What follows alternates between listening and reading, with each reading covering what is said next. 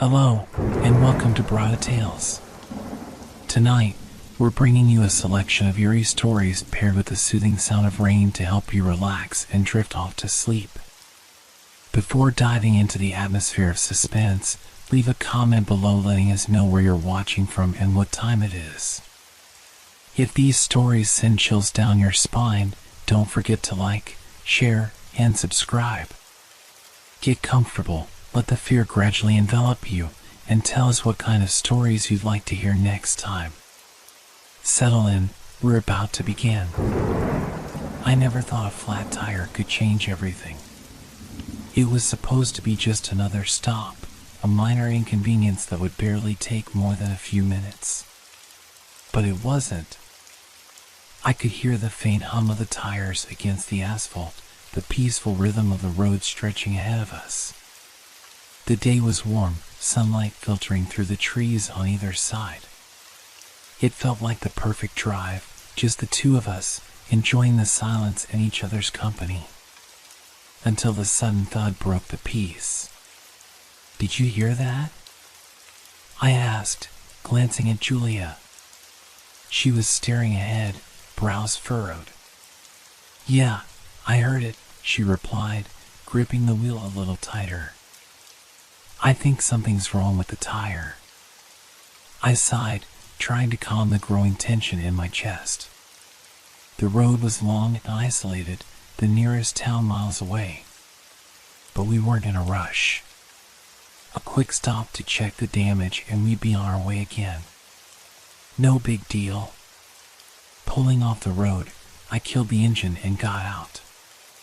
The sun was still high in the sky, but the air was different here, drier, almost as if the forest surrounding us was holding its breath. The tires looked fine at first glance. But then I noticed it, the back tire, ever so slightly deflated. I crouched down, inspecting it. Nothing obvious. No sharp object lodged in it. The valve cap was still tight, the rubber smooth. "Nothing's wrong with it," I muttered, standing up. I walked around the car, checking the other tires. No punctures. No cuts. But the flat tire persisted, its deflation slow but steady. "Maybe it's just losing air?" Julia suggested, her voice tinged with concern. "Maybe," I replied. But it didn't sit right with me. It didn't make sense. How could a tire just lose air with no apparent cause? I rubbed my temples, trying to think. This wasn't normal. Then I heard it. The sound. A rustling from the woods. I froze, my heart skipping a beat. At first, it was soft, almost like wind through the trees. But the wind hadn't been blowing when we stopped. The silence of the forest had been unsettling, even though the sun was shining brightly. Now, that rustling sound grew louder, more distinct. It wasn't the wind. It was something moving. I glanced back at Julia, who was still sitting in the car, her eyes wide, her hands clutching the door handle. "You hear that?" I asked. She nodded slowly. "What is it?" "I don't know," I whispered, feeling the hairs on the back of my neck stand up.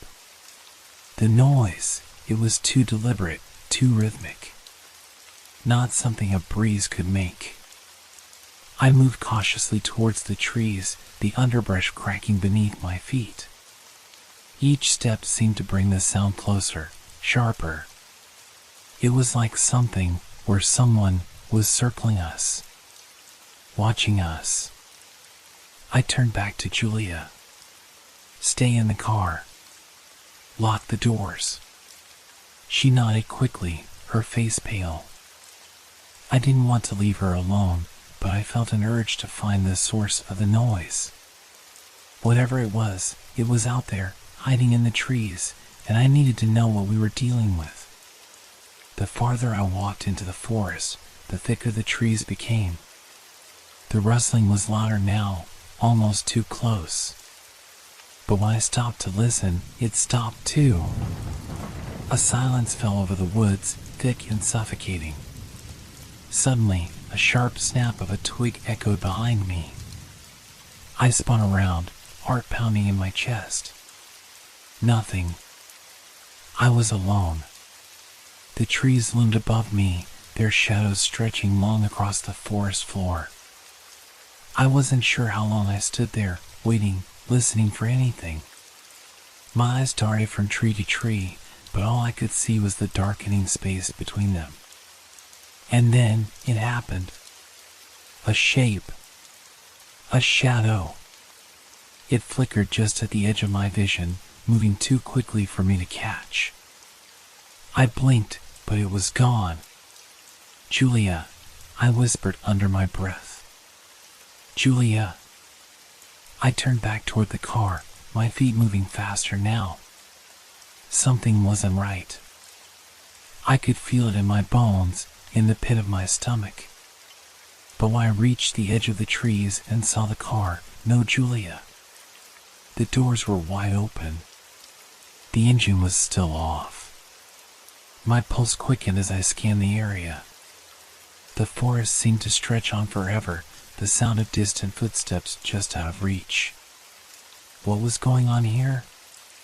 Then, from somewhere deep within the woods, came a voice. Soft, almost a whisper. "Leave." I froze, my blood running cold. I stood there, rooted to the spot.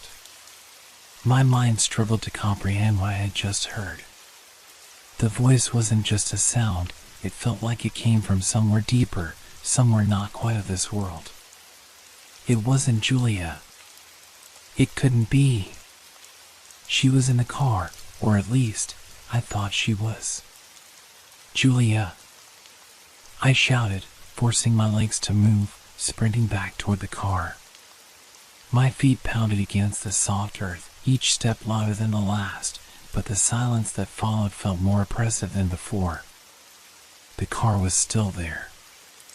Empty. I quickly checked the back seat, the glove compartment, the trunk. Nothing. No sign of her. Panic surged through me like a tidal wave, crashing against every rational thought I tried to hold on to. Where was she? I turned, scanning the trees again, the twisted shapes of branches casting long shadows across the forest floor. It was as if the woods themselves were closing in, tightening around me. I stepped away from the car, my eyes darting in every direction, my breath shallow, panic creeping up my spine. "Julia!" I called again, louder this time, though I knew the answer before the words left my mouth. Nothing. Only the rustling, the unsettling sound that seemed to be coming from all around me. Then, the whisper again, clearer this time. "Leave." The voice, cold, unnatural, sent a shiver down my spine. I wanted to run. I wanted to flee as fast as my legs could carry me, but my feet were like lead, too heavy to move. A flicker of movement caught my eye. At the edge of the trees, something, or someone, was standing just beyond the reach of the shadows. I couldn't make out any details, only the faintest outline of a figure. "Julia?" I called, my voice trembling. But the figure didn't move. It just stood there, watching me. I felt like it was waiting for me to make the next move, like it wanted to see how far I would go before I gave in to fear. I took a step toward it. The figure didn't flinch. It was almost as if it wasn't alive, just a shadow made of the same darkness that clung to the trees.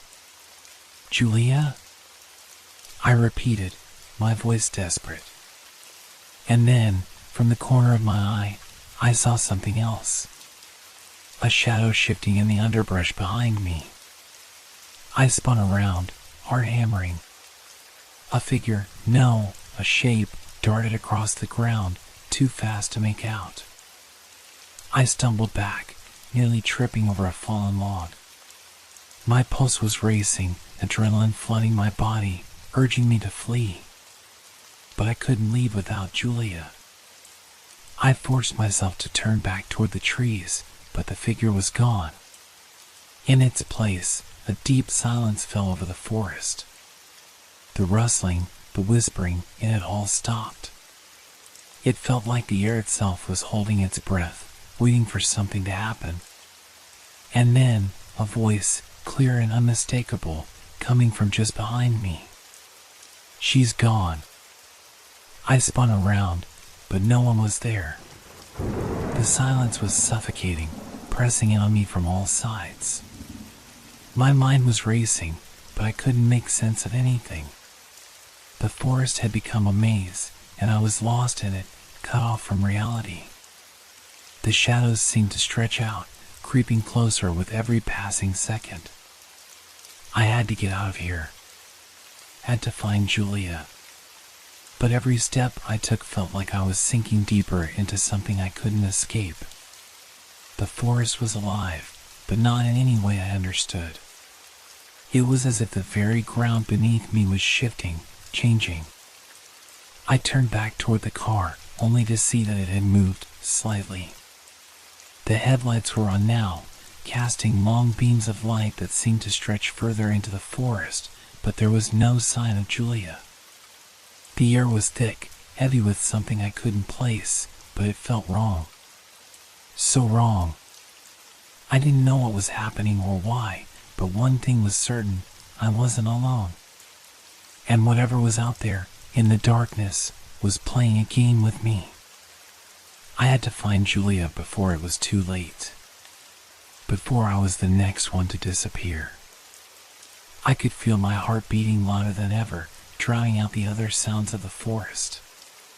Every breath I took was shallow, shaky, as if I might collapse at any moment. The car, my only source of safety, seemed farther away than it really was. The forest, though, was closing in around me. It wasn't just the trees, it was the very air itself, thick with something I couldn't name, pressing down on me like a weight that wouldn't lift. The once welcoming scent of pine had turned sour, mixed with something rancid, like decay. "Julia!" I screamed again, but my voice cracked and broke under the pressure. I felt like I was suffocating, as if the world was shifting and I no longer knew where I stood. I took another step toward the trees, determined to find her, but the ground beneath my feet seemed to grow softer, like the earth itself was swallowing me whole. The whispers, faint at first, were now clear, but not coming from any one direction. They were in the air, circling me, twisting in the wind. The words were almost a chant, a steady rhythm that felt both alien and familiar at the same time. "Leave, leave," over and over again, like a spell meant to trap me here. I clutched my head, my thoughts scrambling. I needed to think clearly. I needed to focus. I couldn't let this place swallow me whole. But then, through the whispers, through the growing tension in the air, a sound pierced the chaos. A soft, almost imperceptible shuffle. It wasn't the wind. It wasn't an animal. It was the sound of something, someone, moving through the underbrush. The figure. I froze, trying to steady myself, to make sense of the movement. The shadow at the edge of my vision had returned. But this time, it wasn't a fleeting glimpse. It was solid, standing perfectly still between the trees, barely visible in the fading light. My body urged me to run. Every instinct screamed at me to flee, to get back to the car, to escape whatever this was. But my feet stayed planted to the ground. It was as if the forest itself had a hold on me now. "Julia?"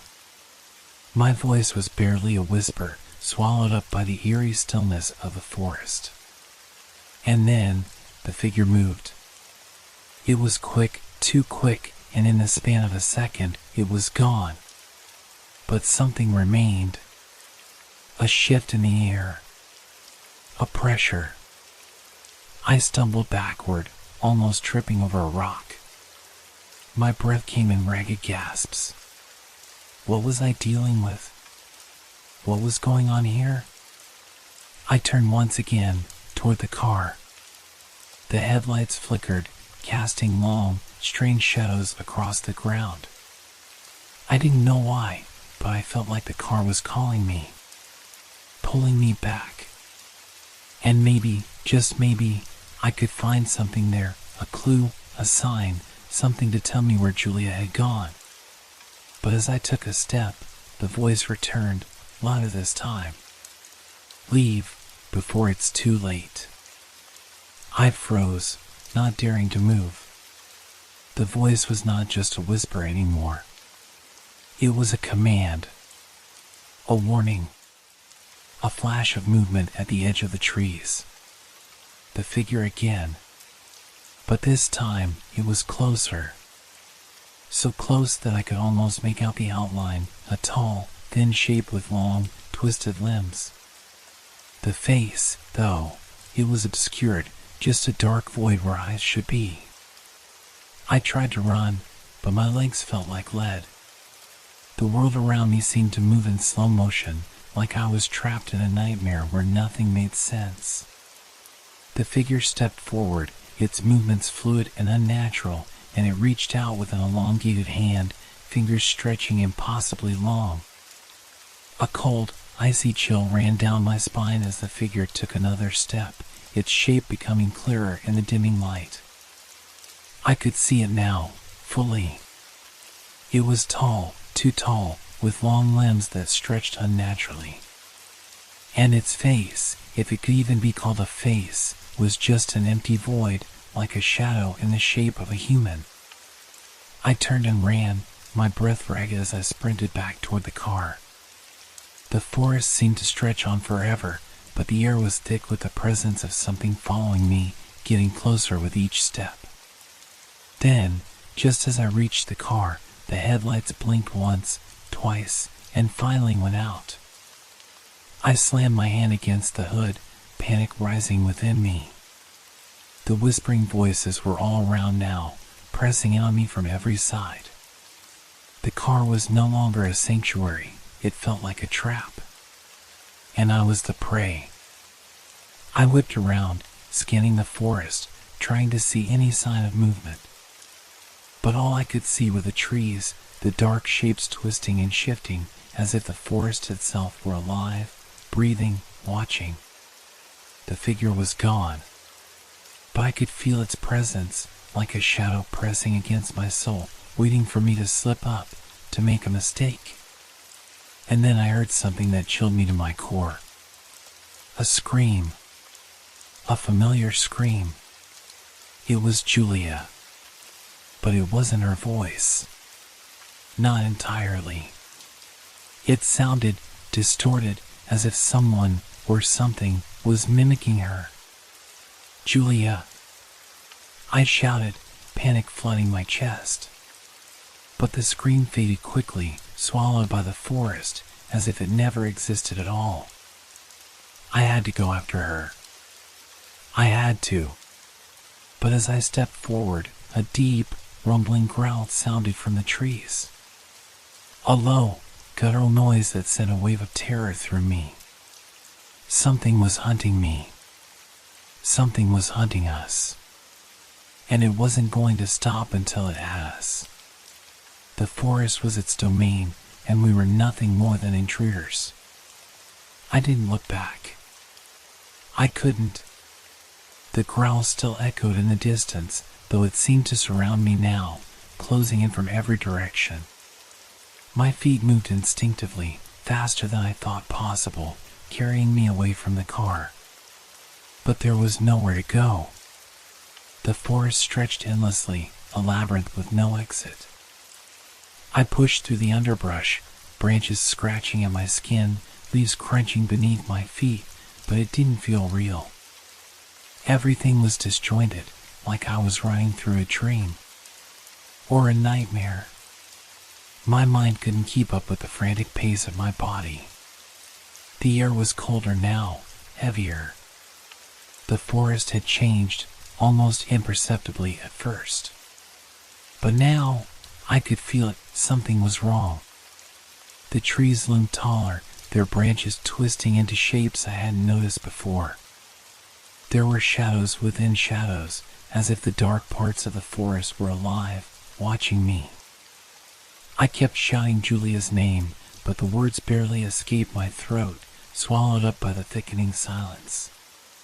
The echoes bounced back at me, each repetition stretching and warping in unnatural ways. The growl came again, closer now.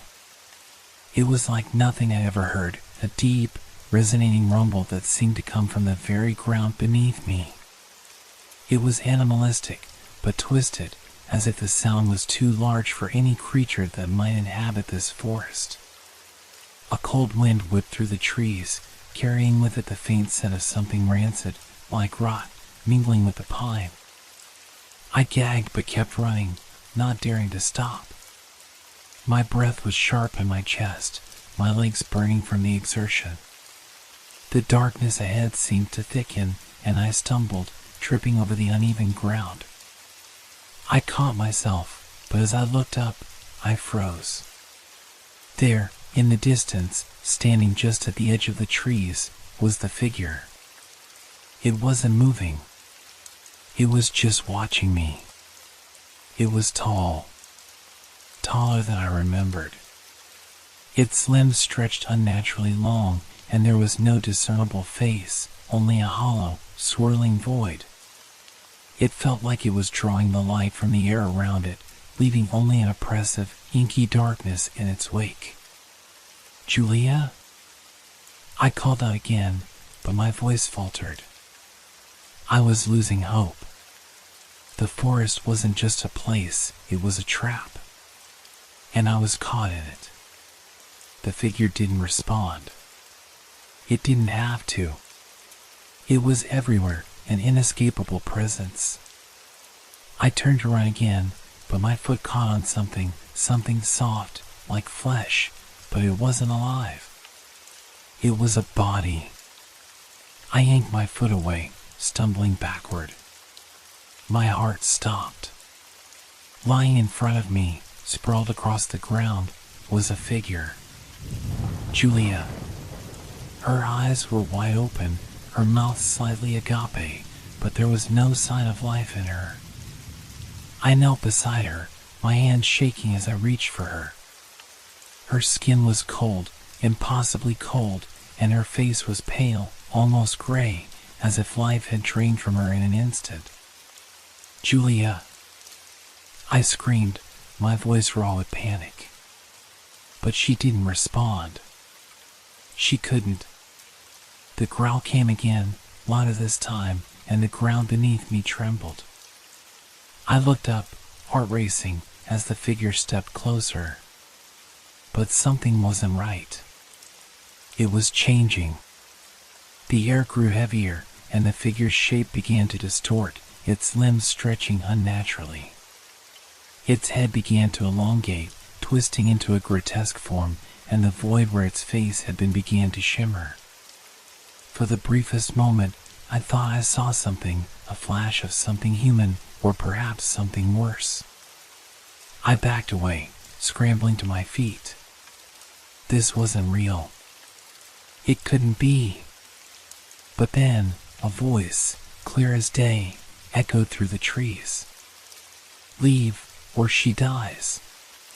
The words weren't Julia's, but they were unmistakable. The tone was mocking, cruel.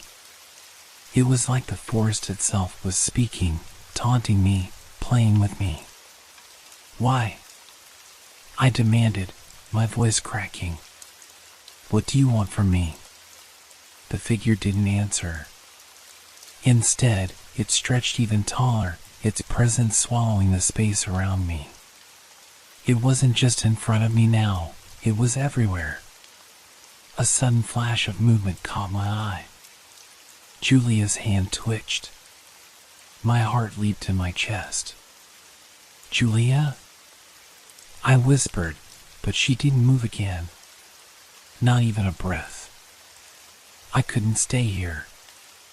I couldn't. I turned, but I didn't know where to go. There was no path, no way out. The forest was an endless maze. The figure, whatever it was closing in, its form growing larger with every passing second.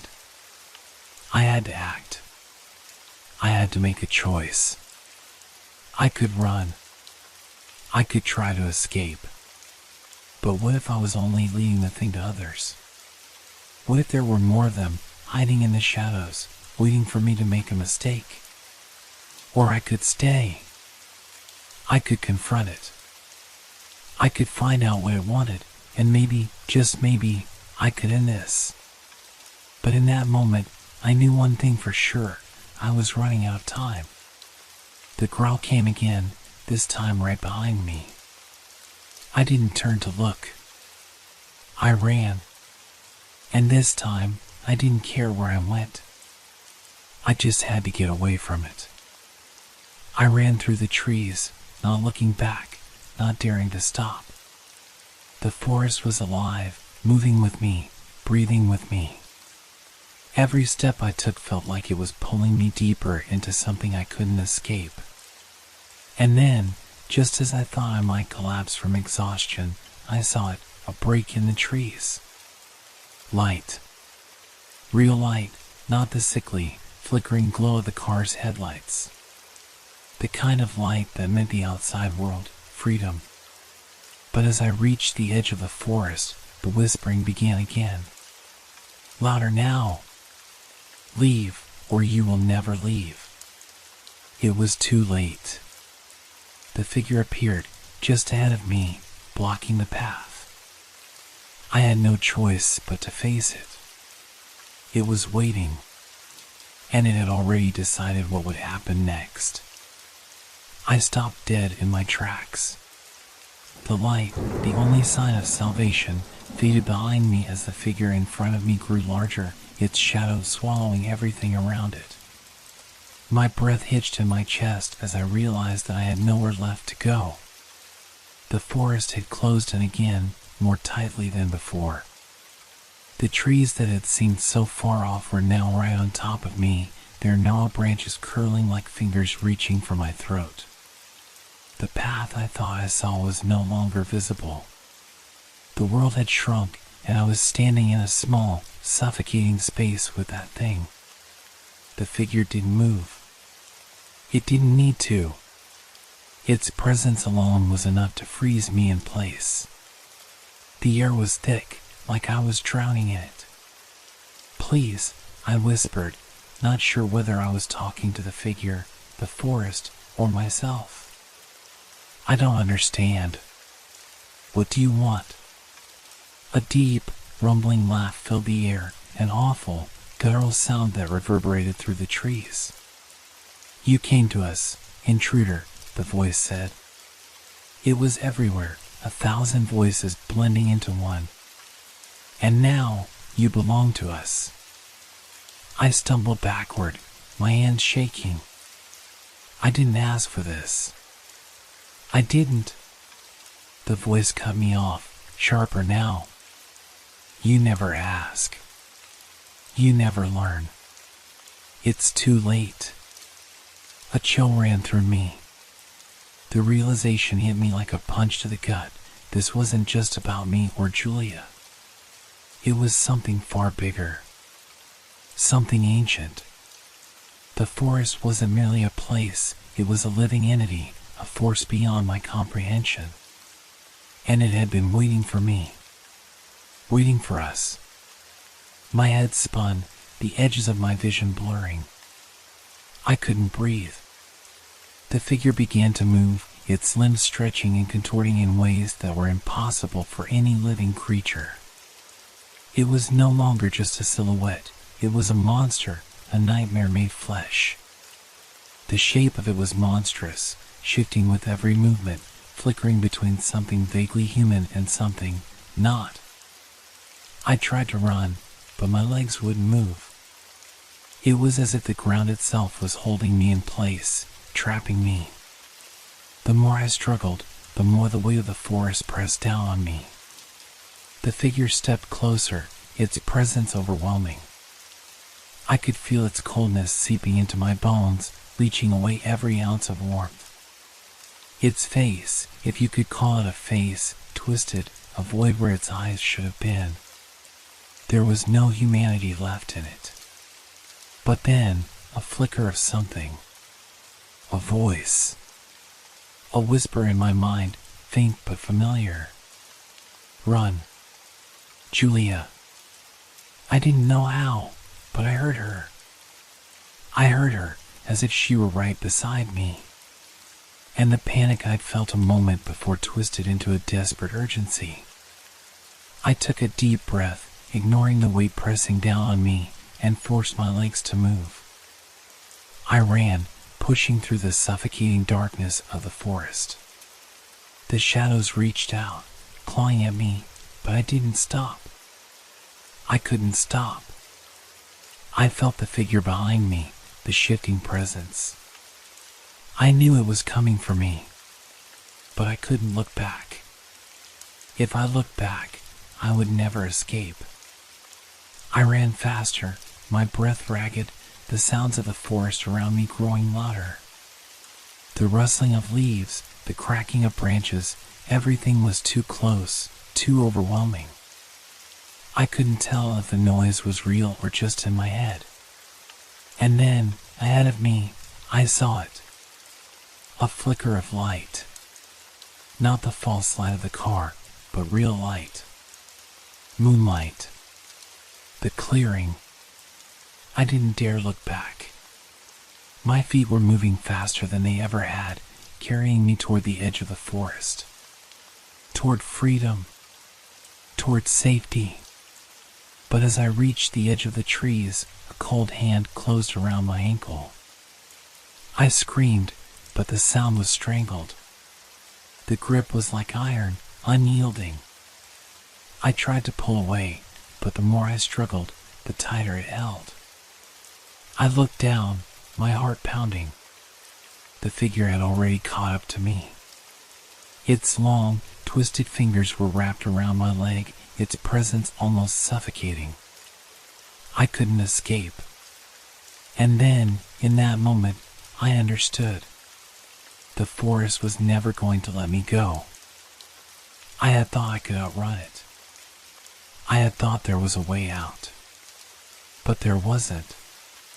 The figure wasn't just a creature, it was the forest itself, a part of it, something ancient and powerful that thrived on fear and suffering.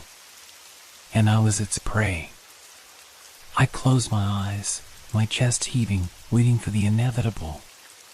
The moment when the forest would take me completely. But then, as if from nowhere, I felt a pull.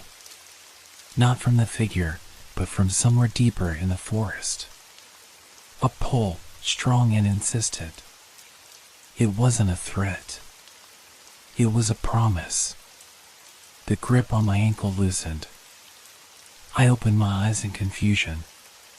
The figure was still there, but it was retreating, its form melting into the shadows. The forest itself seemed to shift, the oppressive air beginning to lift. And then, I felt it, a hand, warm and solid, gripping my shoulder. Julia. She was there. Alive. I couldn't believe it.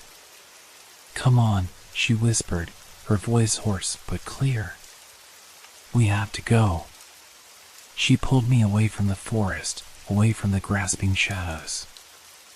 I didn't know how she had survived, or what had happened, but I didn't care. The forest seemed to release us, the oppressive darkness easing as we stepped into the clearing. The light from the moon shone brightly above, and the twisted shapes of the trees faded into the distance. We didn't look back, and neither did the forest. But as we stumbled away, as we left the nightmare behind, one thought lingered in my mind. The forest would wait, and it would find someone else. The hunt never ended.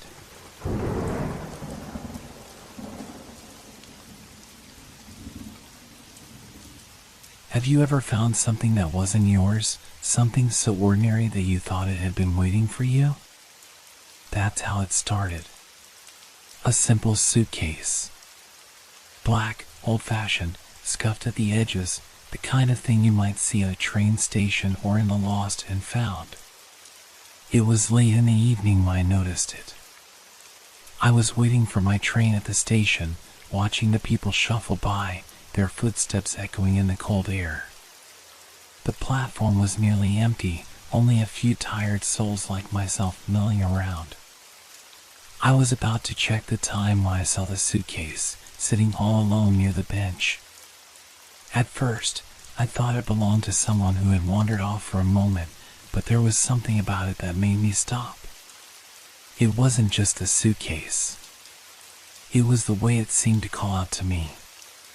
No one else was paying attention, and the station attendant was busy at the far end of the platform. I found myself walking towards it, my footsteps strangely muffled against the concrete. I knelt down, my hand hovering over the leather handle, and then I touched it. The surface was cold, the leather stiff, but as soon as my fingers made contact, I felt a slight shiver run through me. It was as if the suitcase was alive, waiting for me to open it. What would you have done? Leave it? Call for help? No, I opened it. I couldn't resist. I expected clothes, maybe books or papers, anything that would explain why it had been left behind. But when I lifted the lid, I found nothing. The inside was completely empty, not a single thing inside to explain its presence. For a moment, I thought I had made a mistake. Maybe it wasn't abandoned at all. But the longer I stared into the empty space, the more unsettling it became. I closed the suitcase, the small snap of the lock echoing through the quiet platform. It felt wrong to just leave it there, so I decided to take it with me. Maybe someone would claim it later, or maybe it was just one of those odd things life throws your way. I carried it home with me, the weight of it oddly heavy, though it seemed so light at first. As I entered my apartment, I set the suitcase down by the door and went about my evening routine. I tried not to think about it, but it lingered in the back of my mind. I couldn't shake the feeling that it was important, that somehow, by taking it, I had made a mistake. The night passed uneventfully, but sleep was elusive. Every time I closed my eyes, I saw the suitcase, sitting there, empty, yet not quite. The sense of unease grew with every passing hour, until I finally decided to inspect it again. I walked over to it and knelt down, my fingers trembling slightly as I touched the cool surface once more. With a quick snap, I opened the lid. It was no longer empty. At first, I didn't believe what I was seeing. A crumpled piece of paper, yellowed with age, sat in the center of the suitcase. I picked it up, turning it over in my hands, and read the single line written in jagged handwriting. It begins when you open me. A chill ran down my spine. What did it mean? Who wrote this, and why had it been left here? I dropped the paper, my fingers suddenly numb, and closed the suitcase quickly. My heart was racing now, the sense of dread building steadily. I couldn't understand why I felt so uneasy. It was just a suitcase, right? But that was the moment I knew something wasn't right. The moment I realized that my curiosity had sealed my fate. I couldn't stop now. The suitcase, somehow, was already a part of me. And so, I began to wonder, what would happen tomorrow? What would it bring? The night dragged on, but sleep never came. I could only wait, wondering if the suitcase would change again. What would I find inside next? The silence of my apartment pressed in on me, heavy and oppressive. And then, just as I thought I might finally close my eyes, I heard it, a faint rustling sound, coming from the direction of the suitcase. I froze, and then I heard it again. It was almost like breathing. I sat there in the dim light, the sound of rustling filling the silence of the room. My heart pounded in my chest, every beat echoing in my ears as I stared at the black suitcase, now sitting innocently on the floor. The rustling was faint but unmistakable, like something shifting inside. I didn't want to look. I didn't want to open it again, but I couldn't stop myself. Slowly, my hands moved toward the suitcase, as if they were no longer under my control. The dread weighed on me with every inch closer I got. I lifted the lid. Inside, the suitcase wasn't empty. There was a pair of shoes. Black, old-fashioned shoes, worn at the soles, the kind that might belong to someone who traveled far too long.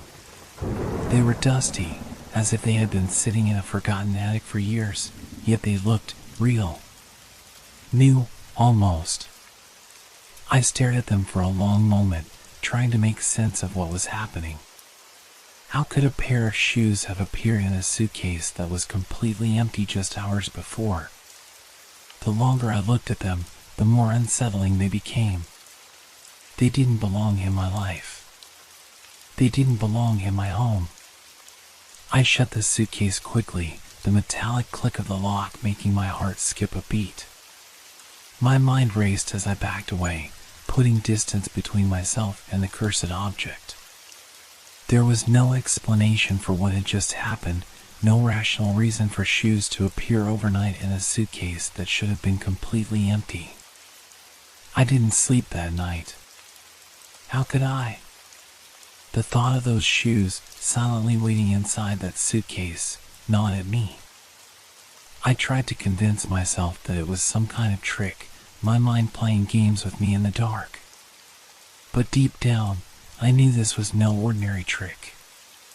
There was something wrong. Something sinister. The next morning, I was determined to get rid of the suitcase. I would take it back to the station, leave it there where I had found it, and walk away. But when I opened my front door, I hesitated. The suitcase was still there, but now there was something else. A small, black ribbon, tied neatly in a bow, was draped over the handle. It hadn't been there before. I reached out, my fingers trembling as I touched the ribbon. It felt alive, almost like it was pulsing with some hidden energy. I pulled it off and unwrapped it, my stomach turning with dread. Inside, there was a note. The same jagged handwriting as the first. It read, "It's only the beginning. You can't stop it now." The words were like a curse, a promise that I had crossed a line I could never uncross. I wanted to scream, to throw the suitcase away and run as far as I could, but I couldn't. Something inside me, something I didn't understand, kept me bound to it. I was trapped, caught in the snare of something I didn't want to believe in. That afternoon, I went back to the station, carrying the suitcase with me. I knew I couldn't keep it.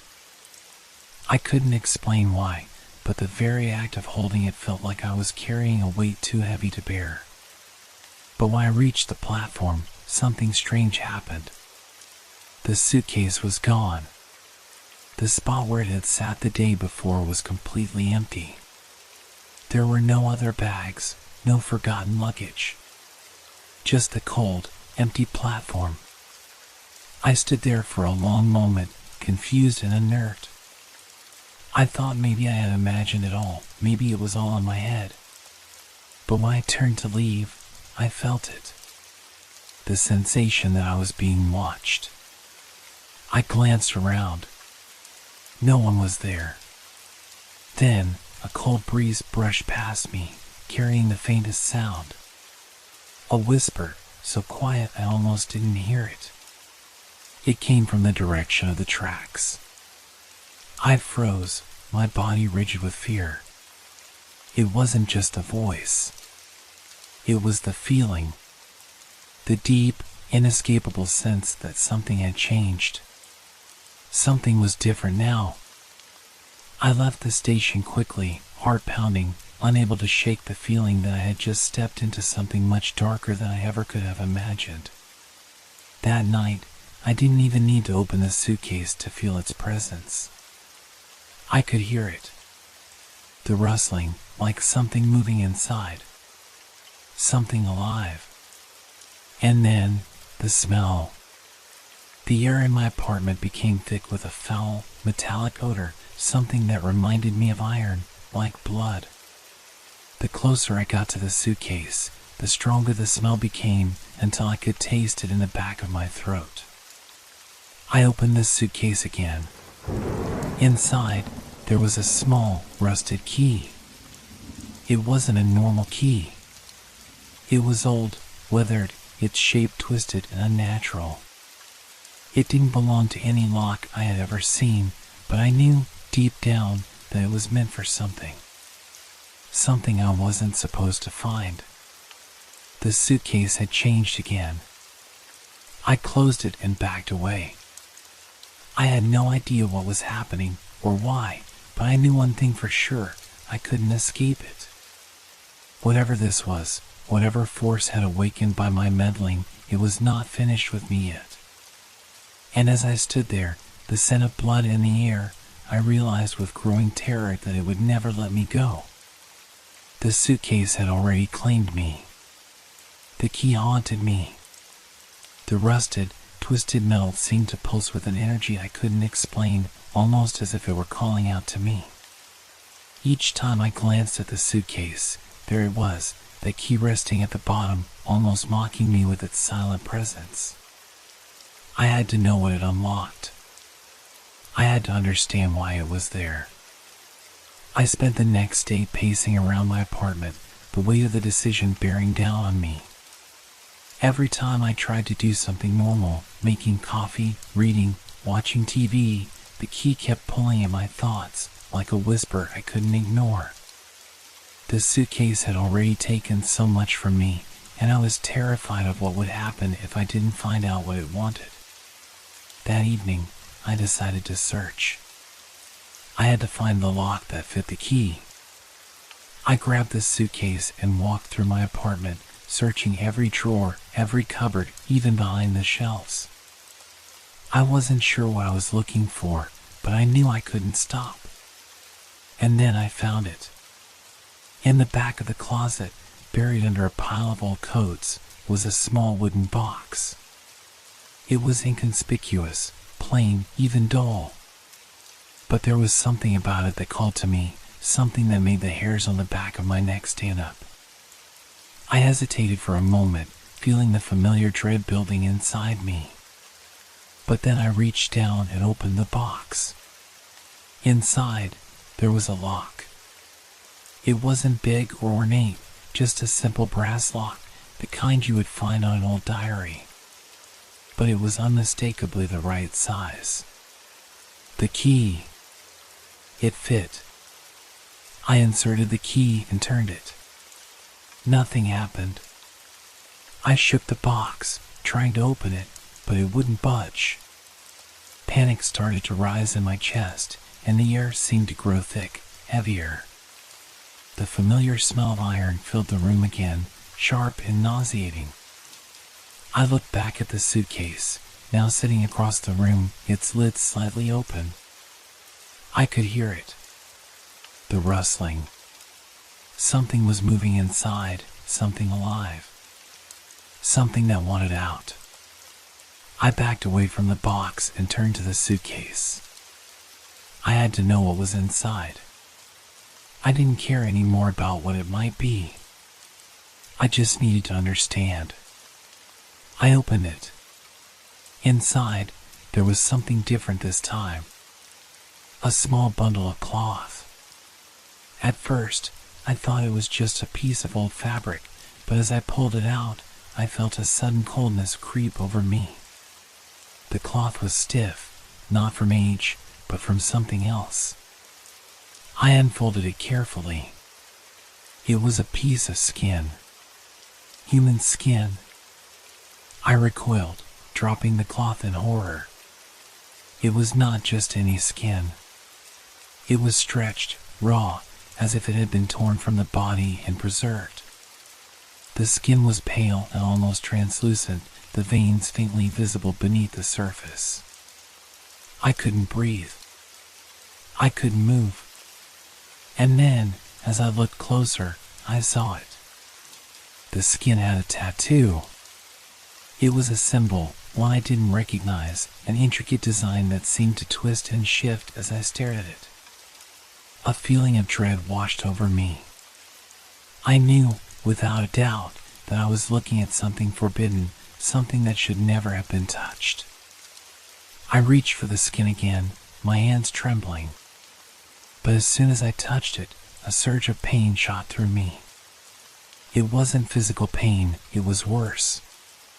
It was like a coldness, a deep, empty void inside me. I felt it in my chest, in my mind, in my very soul. It was as if the skin itself was pulling at me, dragging me into whatever dark place it had come from. I quickly let go, backing away from the suitcase, my breath coming in shallow gasps. I was shaking, unable to comprehend what was happening. The room was spinning, and the air was thick with an overwhelming sense of doom. Then, something strange happened. The suitcase snapped shut on its own. The sudden movement made me jump, and I felt a sharp, cold gust of wind rush through the room, though no windows were open. The rustling stopped. I didn't know what to think. My mind was a whirlwind of confusion and fear. I tried to tell myself it was just my imagination, that I was overreacting. But deep down, I knew I had crossed a line that couldn't be undone. I stumbled back to the closet and tried to lock the wooden box again, but the lock was stuck. No matter how hard I twisted the key, it wouldn't budge. It felt like the box was alive, resisting me, pushing back. It was as if it was rejecting me, telling me that I didn't belong there. I was done. I couldn't take it anymore. I had to get rid of the suitcase. I had to leave everything behind. But when I turned to the door, ready to run, I saw it. The suitcase was gone. My blood ran cold. It wasn't in the room anymore. It wasn't anywhere. I frantically searched the apartment, tearing through rooms, my heart pounding with every second that passed. But it was gone, as if it had never been there at all. But I knew it hadn't disappeared. It had taken me. And now I was waiting for the next part of the game to begin. I was no longer in control. And I knew, deep down, that it would find me again. I couldn't sleep. Every creak in the floorboards, every gust of wind outside, made my heart race. I stayed awake all night, sitting in the dim light of my apartment, staring at the empty space where the suitcase had been. I kept hoping that somehow it would reappear, that I could destroy it or burn it, anything to make it stop. But it was gone. Or was it? The clock ticked away the hours, and I began to question my sanity. Was it all just a nightmare? Had I imagined everything? No. I knew what I had seen. The skin, the key, the lock. It was all real. I couldn't shake the feeling that something was waiting for me, lurking just out of sight. I began to feel like I wasn't alone in my own apartment. The next morning, I decided to leave. I had to get away, to clear my mind. I packed a small bag, only the essentials, and walked out the door without a second thought. The fresh air outside felt like a relief, but even as I stepped into the sunlight, I couldn't escape the feeling that something was wrong. I walked aimlessly through the streets, trying to push away the thoughts of the suitcase. But no matter how far I went, no matter how many people I passed, the sensation of being watched never left me. It was as though the city itself had become a cage, its walls closing in around me. I couldn't stay in one place for too long. The panic was overwhelming. By evening, I found myself at the train station. The bustling noise of the crowd, the screech of the trains arriving and departing, it was all just background noise to the thudding of my own heartbeat. I felt a pull, a magnetic force, like the suitcase was calling me, even though I hadn't seen it for days. That's why I saw it. Across the platform, there it was. The black suitcase, sitting on a bench as though it had always been there, waiting for me. My legs froze. I could feel the blood drain from my face, and my throat went dry. I couldn't move. I had to run. But my feet wouldn't obey. The suitcase sat there, completely still, as if daring me to come closer. I took one step, then another. Each step felt like it was leading me deeper into a trap I couldn't escape. My hands trembled as I reached out and touched the handle. The moment my fingers made contact, I felt it. The coldness. The pull. I had no choice. I had to open it. With trembling hands, I lifted the lid. Inside, there was no skin this time. No key.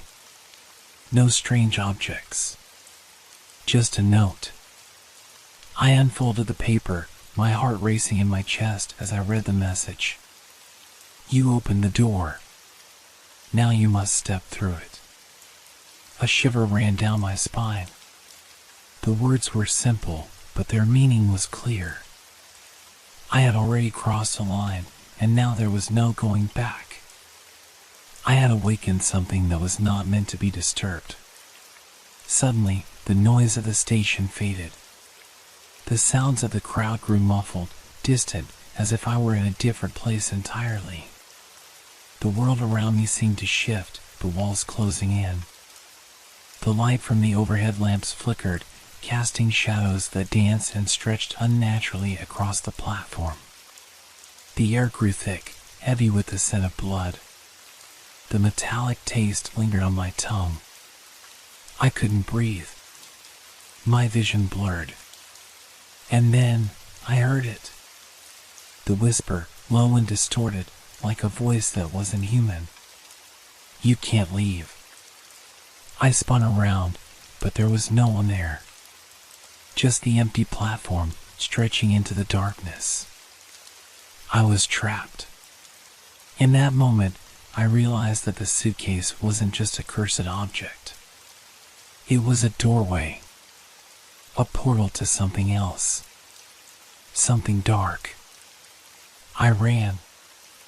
I had to escape, to get away from whatever this was. But every turn I made led me back to the suitcase. Every street, every alley, every corner, it was there, waiting. I couldn't outrun it. I stopped, gasping for breath, and looked around. The world had shifted. The buildings, the trees, even the sky, they were no longer familiar. I was in a place I didn't recognize, a place where time no longer seemed to exist. The air was thick with an oppressive silence, broken only by the sound of my own footsteps. The suitcase was still with me, heavy and cold in my hand.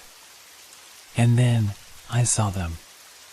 Figures, moving slowly in the distance. They were shrouded in darkness, their features indistinct, their forms blurred. But I could feel them watching me, closing in, growing ever closer. I couldn't run anymore. My legs wouldn't move. My body was frozen, caught in the grip of something far more powerful than fear. And then I heard it again. The whisper. Step through. There was nowhere left to go. No way to escape. The suitcase was my only option now. I opened it. Inside, there was nothing. Nothing but darkness. I step through. I don't know how long it's been since that moment. Time doesn't exist here. I can't tell whether I'm alive or dead, whether I'm dreaming or trapped in some twisted reality. The darkness surrounds me, a suffocating, endless void. There's no sound, no light. Just the weight of it pressing in on me from all sides. I can still feel the suitcase in my hand, but I don't dare look inside again. I can hear the whispers, always just out of reach, always too faint to understand. I can feel the presence of something, watching me. The door I opened is closed now, but I know it hasn't gone away. It's still here, waiting, and I can't escape. I wish I could tell you that I found a way out, but the truth is, there's nothing to escape to here. The darkness has swallowed everything, time, space, even my sense of self. There's no beginning and no end. Just the weight of what I've become. I don't know how long I've been walking, or if I've even walked at all.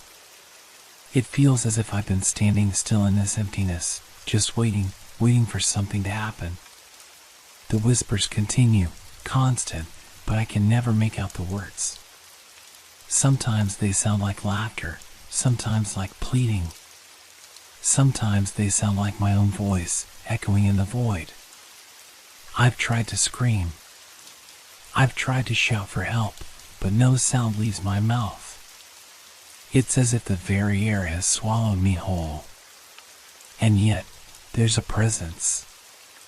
It's here, watching me. I can feel it, even though I can't see it.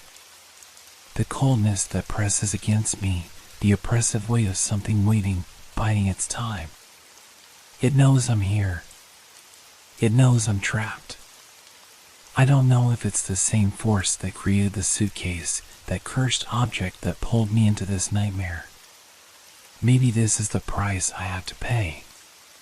Maybe I'm nothing more than a pawn in whatever game it is playing. And then, as if to confirm my fears, I hear a sound. A slow, dragging step. It's faint at first, barely audible, but it grows louder with each passing second. The air shifts, becomes heavier, colder. The presence draws closer. I turn. I want to run, but my legs refuse to obey me. I try to scream, but my voice is swallowed up by the endless void. The step, the dragging sound, grows louder, more distinct, as if something is approaching from the darkness, step by step, closer and closer. I can feel its breath now, hot and rancid, brushing against my neck. And then, I hear a voice. Low, guttural, barely more than a whisper. You never should have opened it. I don't know if it's the same voice from the suitcase, but it's enough to send a wave of terror crashing over me. It knows. It knows what I did. It knows that I opened the door. I close my eyes, trying to block out the sound, but it's too late. The presence is upon me now, wrapping its cold, invisible fingers around my throat. I feel the pressure building, squeezing the air from my lungs. I can't breathe. And then, as if by some cruel twist of fate, I feel something else. Something cold and sharp, slicing through the darkness. The suitcase. It's back. I open my eyes, and there it is, sitting in front of me, as though it's been waiting all this time. But this time, there's something different about it. The handle is no longer smooth, no longer polished. It's covered in blood. The metal is dark, rusted, as though it's been weathered by something far worse than time. I reach for it, my fingers trembling, my mind screaming at me to turn away, to run, to escape. But I can't. I open the suitcase once more. And inside, there's nothing. Nothing but darkness. And then, a voice, clearer than ever, speaking to me directly. You opened it. Now you belong to it. The words resonate deep within me, sinking into my bones. I try to move, but I can't. I can't escape the truth of what I've done. I am no longer the person I once was. The darkness is all that remains. And it will never let me go. This suitcase is now my world, its cold presence suffocating me. I have become a part of it, a part of whatever dark force created it. I am trapped, forever bound to the black void inside that cursed case. And there is no way out.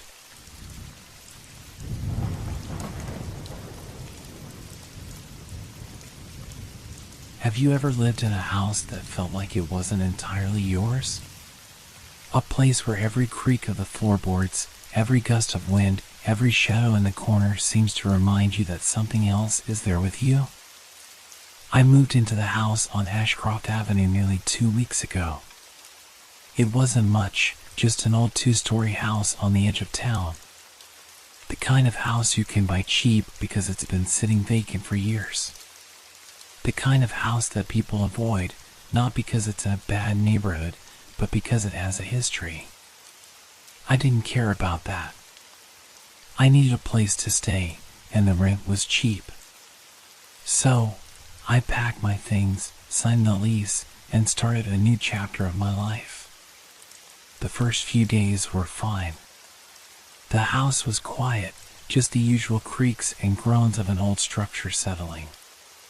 There were no strange occurrences, no eerie feelings. It was just a house. But that started to change on the 4th night. It was late, past midnight, and I was lying in bed trying to fall asleep. The room was dark, except for the faint glow of the streetlight filtering through the curtains. I had just started to drift off when I heard it. A door creaked. At first, I thought it was just the house settling. Old houses make noises. But then I heard it again. It was unmistakable, a door opening slowly, the hinges groaning with the effort. The sound came from the room next door. The guest room, the one I hadn't even bothered to unpack. I lay still, straining to listen. The door creaked again, this time more slowly. It seemed to be opening wider. I sat up, my heart pounding in my chest, wondering if I had imagined it. But no, I was sure. The sound was real. I told myself it was nothing. Maybe the wind had pushed the door open, or maybe I hadn't fully closed it earlier. It didn't matter. It was probably nothing. But the sound kept coming. Creak. Creak. Creak. I couldn't stand it anymore. I got up and walked across the room, my bare feet cold on the wooden floor. The silence in the house was oppressive, and the air felt heavy, like the walls themselves were holding their breath. I reached the door to the guest room and hesitated. I wasn't sure why I felt so uneasy. There was no reason for it. But I couldn't shake the feeling that something was waiting for me on the other side. With a deep breath, I opened the door. The room was empty. There was nothing there. The bed was unmade, a pile of boxes sat in the corner, and the air smelled faintly of dust. The door to the closet was closed, and everything seemed in order. I closed the door, trying to calm my racing heart. I told myself it was just the wind, or maybe an old door that was starting to stick. It was nothing. But the next night, it happened again. I was already in bed, drifting off to sleep when I heard it creak. It was faint at first, almost like a whisper in the dark. But then it grew louder. The slow, deliberate opening of a door. The same door. The guest room. I sat up in bed, my pulse quickening. I could feel the hair on the back of my neck standing up. This was no coincidence. I was sure of it now. Someone or something was in that room. I didn't move. I just listened. The creaking continued like a rhythmic, mechanical sound echoing through the silence. I could almost hear the hinges groan under the pressure, as if the door was being opened by some unseen hand. My mind raced, trying to come up with an explanation. Maybe it was the house settling again, I thought. But why did it always happen at night? Why the same door, the same creak over and over? And why did it feel wrong? I couldn't take it anymore. I had to go check. I had to see if there was something, anything, that could explain this. I swung my legs over the side of the bed and stood up. The wooden floor creaked beneath my feet as I walked toward the door. My breath was shallow, and my palms were clammy with sweat. I reached the door to the guest room, my hand hovering over the doorknob. It felt like I was standing on the edge of something I couldn't yet see but knew was there. Something I didn't want to face. I opened the door slowly. The room was still empty. The bed was still unmade, the boxes still sitting in the corner. But something was different. The air felt colder, heavier. And there was something else, something I couldn't quite put my finger on. I stepped into the room, my eyes scanning every corner. The closet door was still closed. I was about to turn and leave when something caught my attention. The floorboards, just inside the door. They were wet.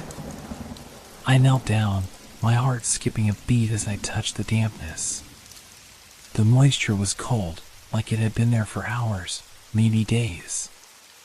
But where had it come from? Before I could react, I heard the creak again. This time it was louder, more insistent, and I froze.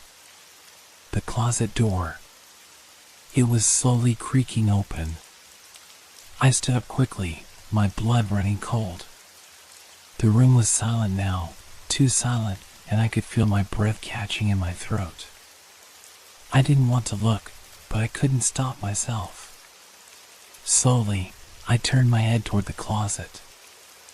The door was now half open, and there was something standing behind it. I didn't move.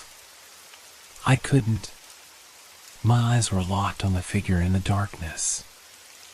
I could barely make it out, just a shadow, tall, thin, and motionless. And then it moved. Just a slight shift, barely perceptible, but enough to make me freeze in terror. My heart pounded in my chest as I took a step back, but the figure didn't advance. It just waited. I couldn't stay. I turned and ran out of the room, slamming the door behind me. The door creaked again. But this time, I didn't look back. I couldn't. I don't know what's in that room, or who, or what, is making the doors creak every night. But I do know this, the house isn't just mine. It's something else's too. Something old. Something that doesn't want to be disturbed. And now, I don't think I'll ever sleep soundly again. The night after I ran out of the guest room, I couldn't shake the feeling that something was watching me. The house felt different now, as if it had become aware of my presence. Every creak, every groan felt more intentional, more deliberate. As if it was waiting for me to make a move. I didn't sleep much that night. Every time I closed my eyes, I saw that shadow standing in the closet. The memory of it sent chills down my spine. I kept hearing the creaking of the door in my mind over and over again. It was as if the sound had become imprinted on my brain. I tried to convince myself that it was all just my imagination. Old houses make noises, right? They settle, they shift. The damp floorboards and the closet door opening, just coincidences. But deep down, I knew it was more than that. Something was wrong here. I could feel it in my bones. The next day, I tried to distract myself by unpacking the last of my boxes. I had been putting it off, but now I had no choice. I needed something to occupy my mind, to take it away from the creeping terror that seemed to have taken hold of me. But as I moved around the house, I couldn't help but notice the little things that made the unease in my stomach grow. The hallway light flickered when I walked past it, casting strange shadows against the walls. The air smelled stale, like dust and something else, something faintly metallic. I checked the windows, but they were sealed tight. It wasn't the air outside.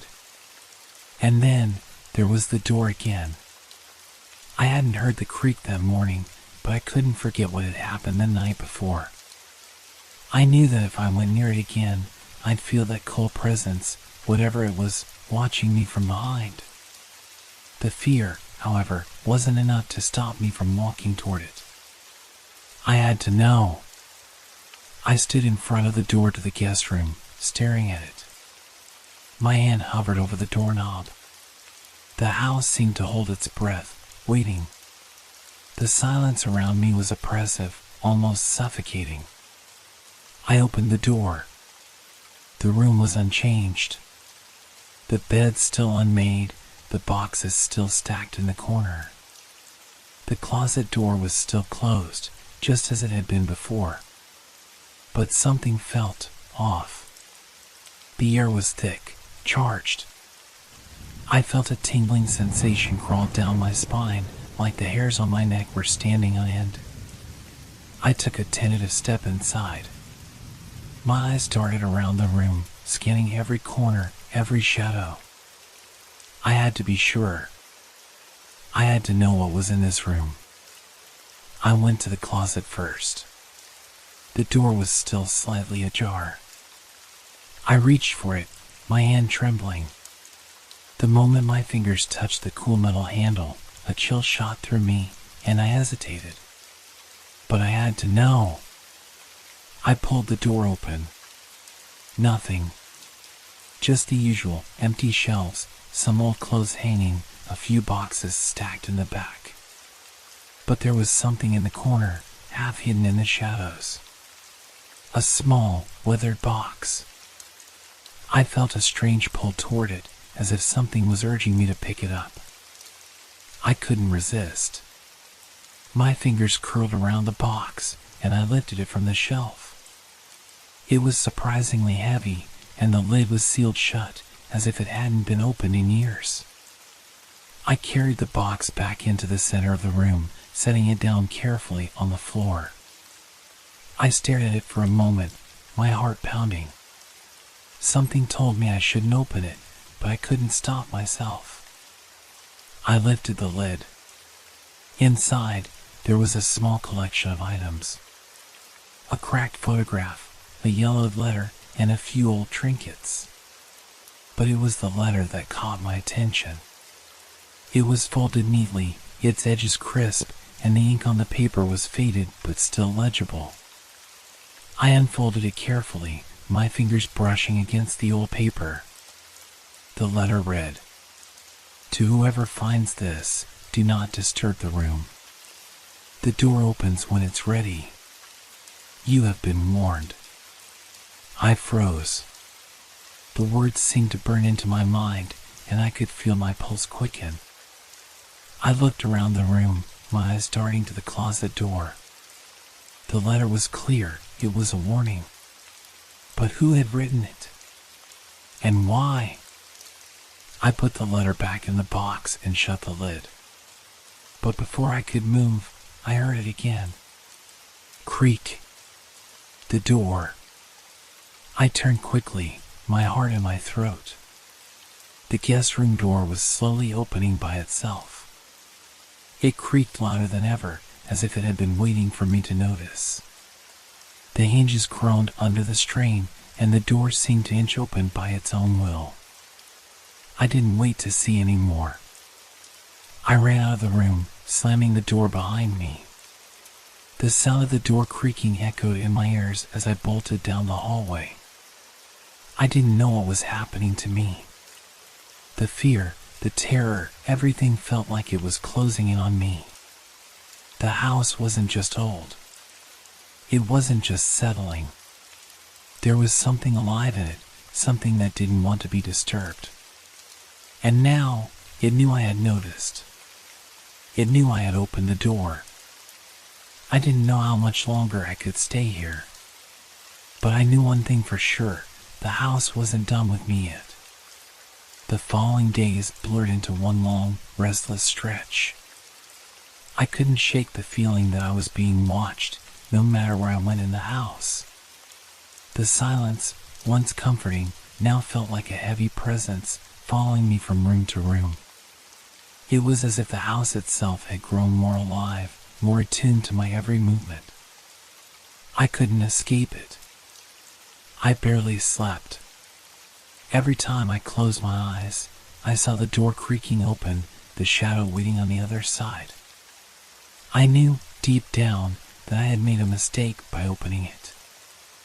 I had crossed a line, and now I would have to pay for it.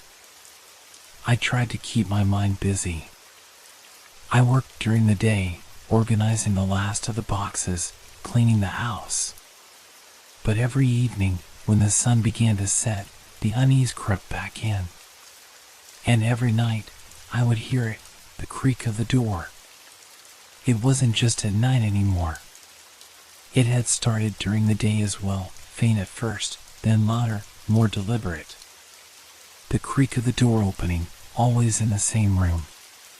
It was maddening. I could no longer ignore it.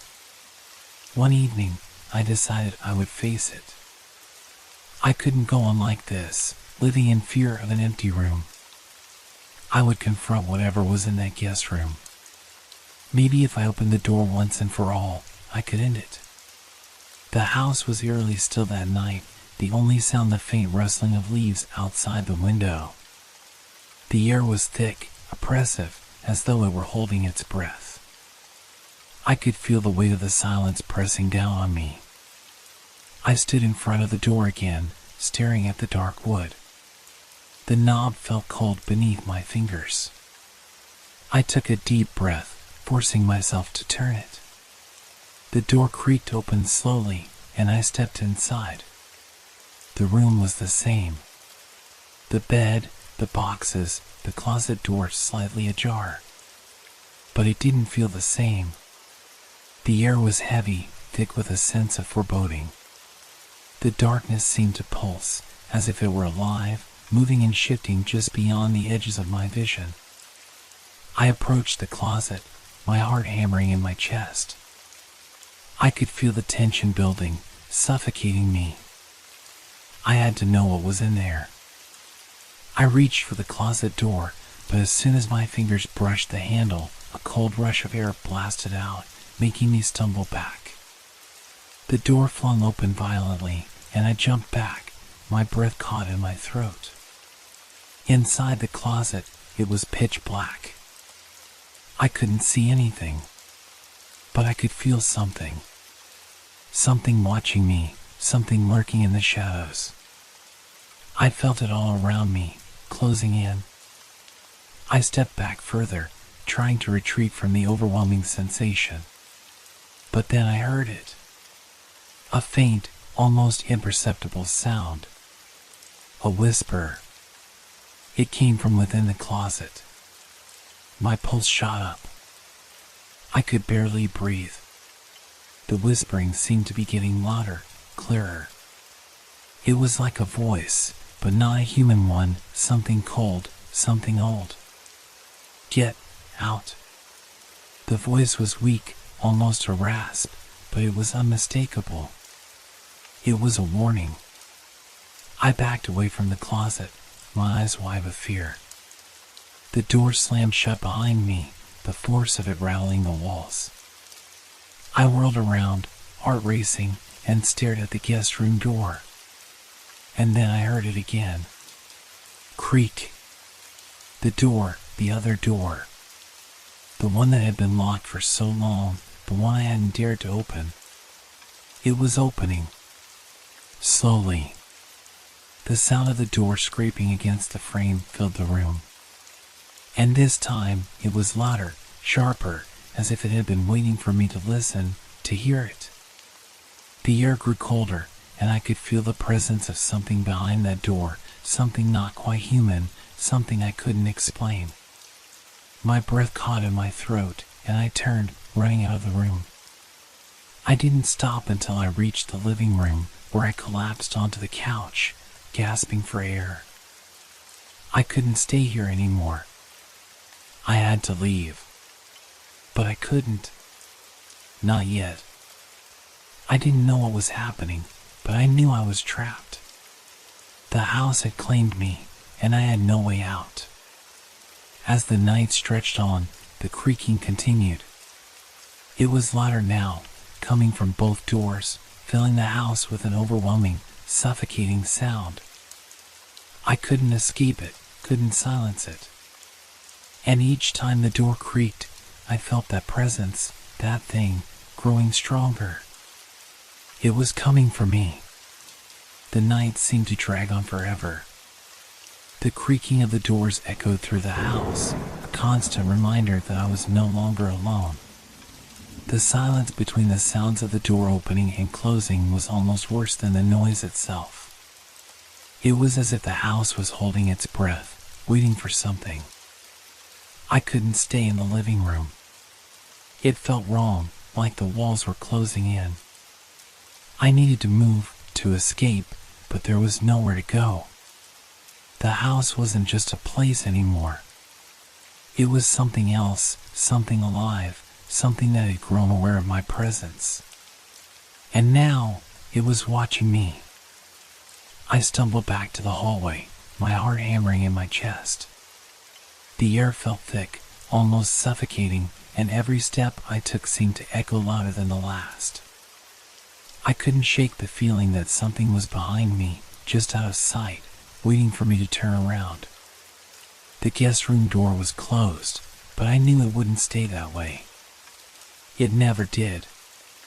The other door, the one I had locked in my mind, was still opening and closing in my thoughts. I knew it was only a matter of time before it happened again.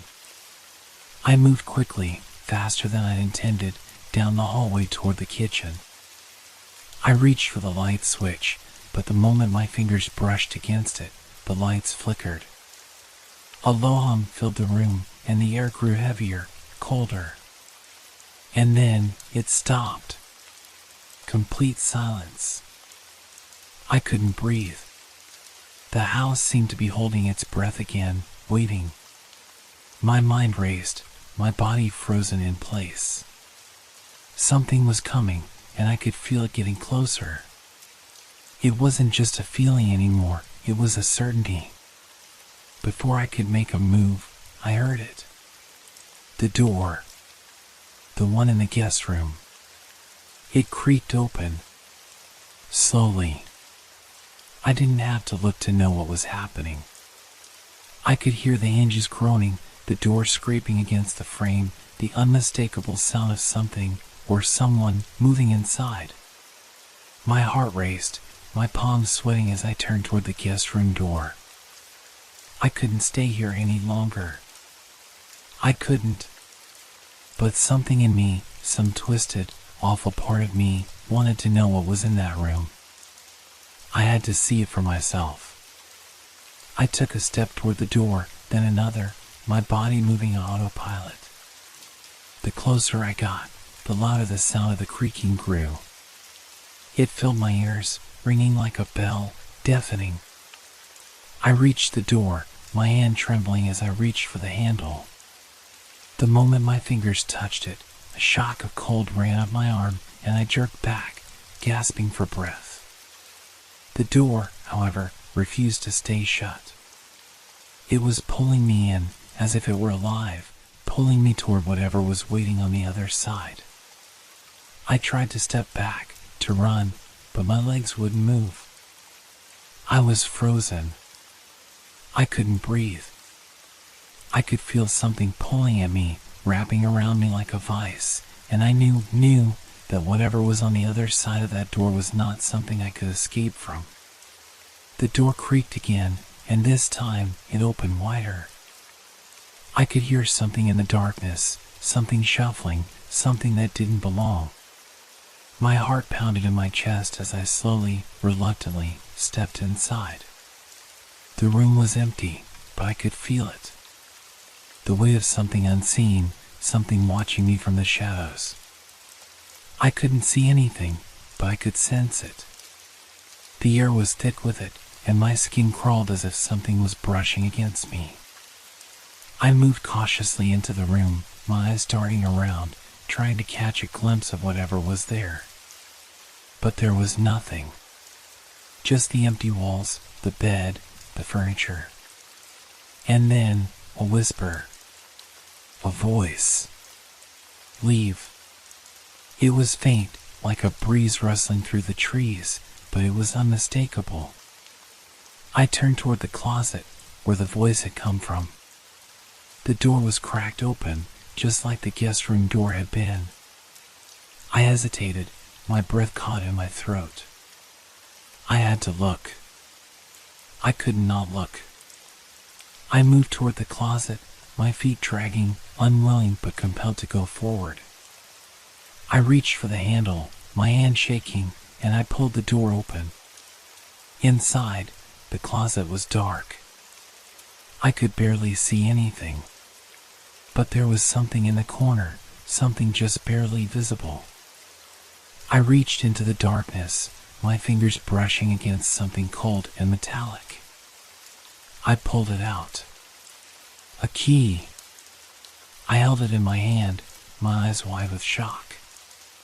The key was old, covered in rust, and the metal felt strange, almost alive, against my skin. It was heavier than I expected, as if it carried the weight of something far older, far darker than anything I had imagined. I had no idea what the key was for, but I knew it was important. I could feel it in my bones. I took the key and stepped back, turning to leave the room. The door slammed shut behind me with a force that rattled the walls, and the sound of the creaking stopped. Everything was still. The house was waiting. And I knew that whatever I had just found, whatever I had just uncovered, was only the beginning. The key felt impossibly heavy in my hand. Its cold metal burned into my skin, and a deep sense of dread settled over me. I could feel the house, the very walls, closing in around me. It was as if the building itself had become alive, aware of what I had just discovered. I couldn't explain why, but I knew the key meant something vital, something that would change everything. I stood there in the hallway, the weight of the silence pressing down on me. The door to the guest room had closed behind me, but I could still hear it, the faint creak, the whisper that called to me from within the walls. The air was thick, heavy with something I couldn't see, but it was real. I could feel it in the pit of my stomach, gnawing at me, urging me to turn back. But I couldn't. I couldn't ignore it anymore. I had to find out what the key was for. The voice in the closet had told me to leave, but it was too late. There was no turning back now. I moved down the hallway again, the creaking doors still echoing behind me. It wasn't just the guest room anymore. Every door, every crack in the house seemed to be alive, moving, watching. I could feel the house breathing around me. But I pushed it all aside, focusing only on the key. I made my way to the basement door. It was the only door I hadn't opened since moving in, the only one that hadn't been calling to me. I stood in front of it, the key heavy in my hand, and without thinking, I inserted it into the lock. The moment the key turned, the air in the house shifted. A deep, guttural sound reverberated from deep within the walls, as if the house itself were waking up, stretching, groaning. The basement door creaked open, and the cold air that rushed up from the stairs was so thick it felt like it was alive. I descended into the darkness, my hand gripping the railing so tightly my knuckles turned white. Each step felt like it took longer than the last, and the further I went, the more I felt like I was descending into something far worse than just a dark room. The very air seemed to press against me, heavier with each breath.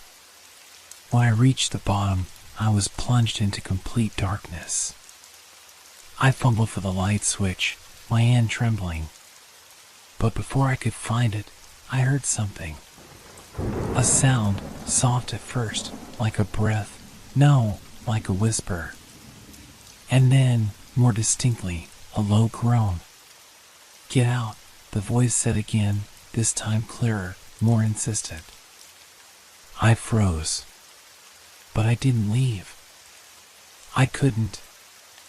I took a step forward, my heart pounding in my chest. The darkness seemed to stretch before me, deeper and darker than anything I had ever felt. I could barely breathe, but I had to see it. I had to understand. And then, in the darkness, I saw it. A door. I had no memory of this door ever being there before. It was old, made of wood so dark it almost looked like it was part of the wall. But it was there. And it was calling me. I reached out to touch it, and as my fingers brushed the surface, the door swung open with an almost too perfect motion. Inside was the most terrifying thing I had ever seen. The room was vast, filled with nothing but shadows and a deep, unnatural silence. In the center of the room was a large, wooden chest, its surface worn and weathered, covered in strange markings, symbols I didn't understand. The chest was sealed with thick chains, and the key I held in my hand was the only thing that could open it. I felt an icy chill seep into my bones as I walked toward it, the feeling of being watched more intense than ever before.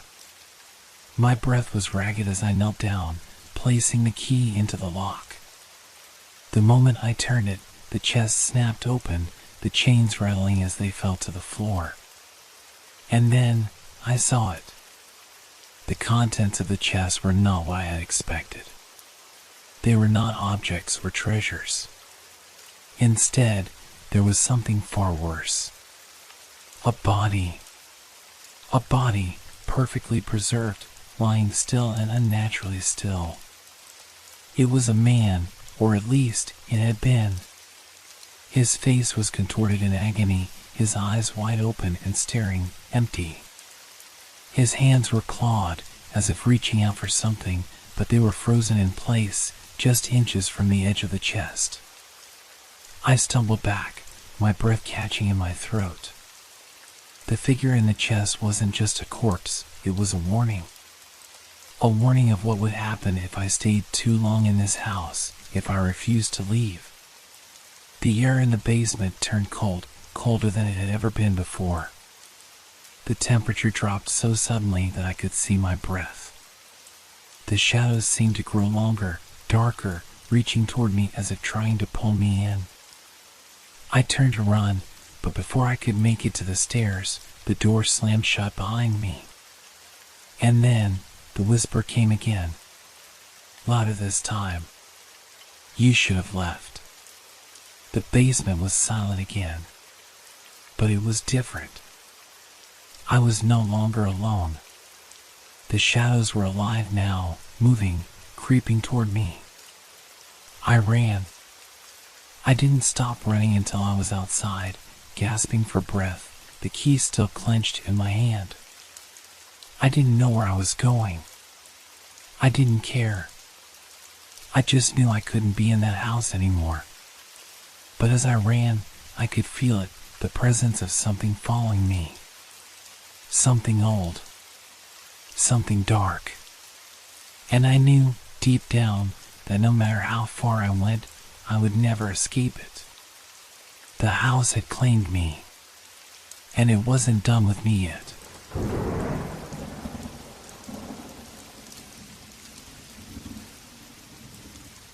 Have you ever felt like something in your home wasn't quite right? Like an invisible weight pressing down on you, unnoticed at first, but growing heavier the longer you stay. When Emma and I first moved into this apartment, everything seemed perfect. The walls were freshly painted, the hardwood floors gleamed, and the view of the city from the living room window was just what we had dreamed of. We were a young couple, excited about starting our life together in this new place. But what we didn't know was that the apartment, this seemingly perfect little home, held something far darker than we could imagine. It all started one Saturday morning when we decided to rearrange the furniture. We had been living there for about 2 weeks by then, and the apartment was still feeling unfamiliar. As we moved the couch across the room, something caught Emma's eye. A faint outline was visible on the floor beneath the large carpet that covered the living room. She bent down and pulled up one corner of the rug, and there it was, something I can't forget no matter how hard I try. A symbol. It was a strange design, roughly drawn, its lines uneven and jagged, but unmistakably deliberate. The edges were smudged, as if the ink had bled over time, leaving a mark on the wood beneath. I stood there for a long time, staring at it, unsure of what to make of it. Emma thought it was just an odd stain, maybe something left from the previous tenants. But it felt wrong. The air in the room suddenly seemed thicker, heavier. We talked about it later that night, but neither of us could shake the feeling that something was off.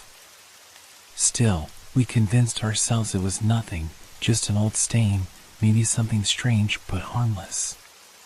But then, the whispering started. At first, it was just a faint noise.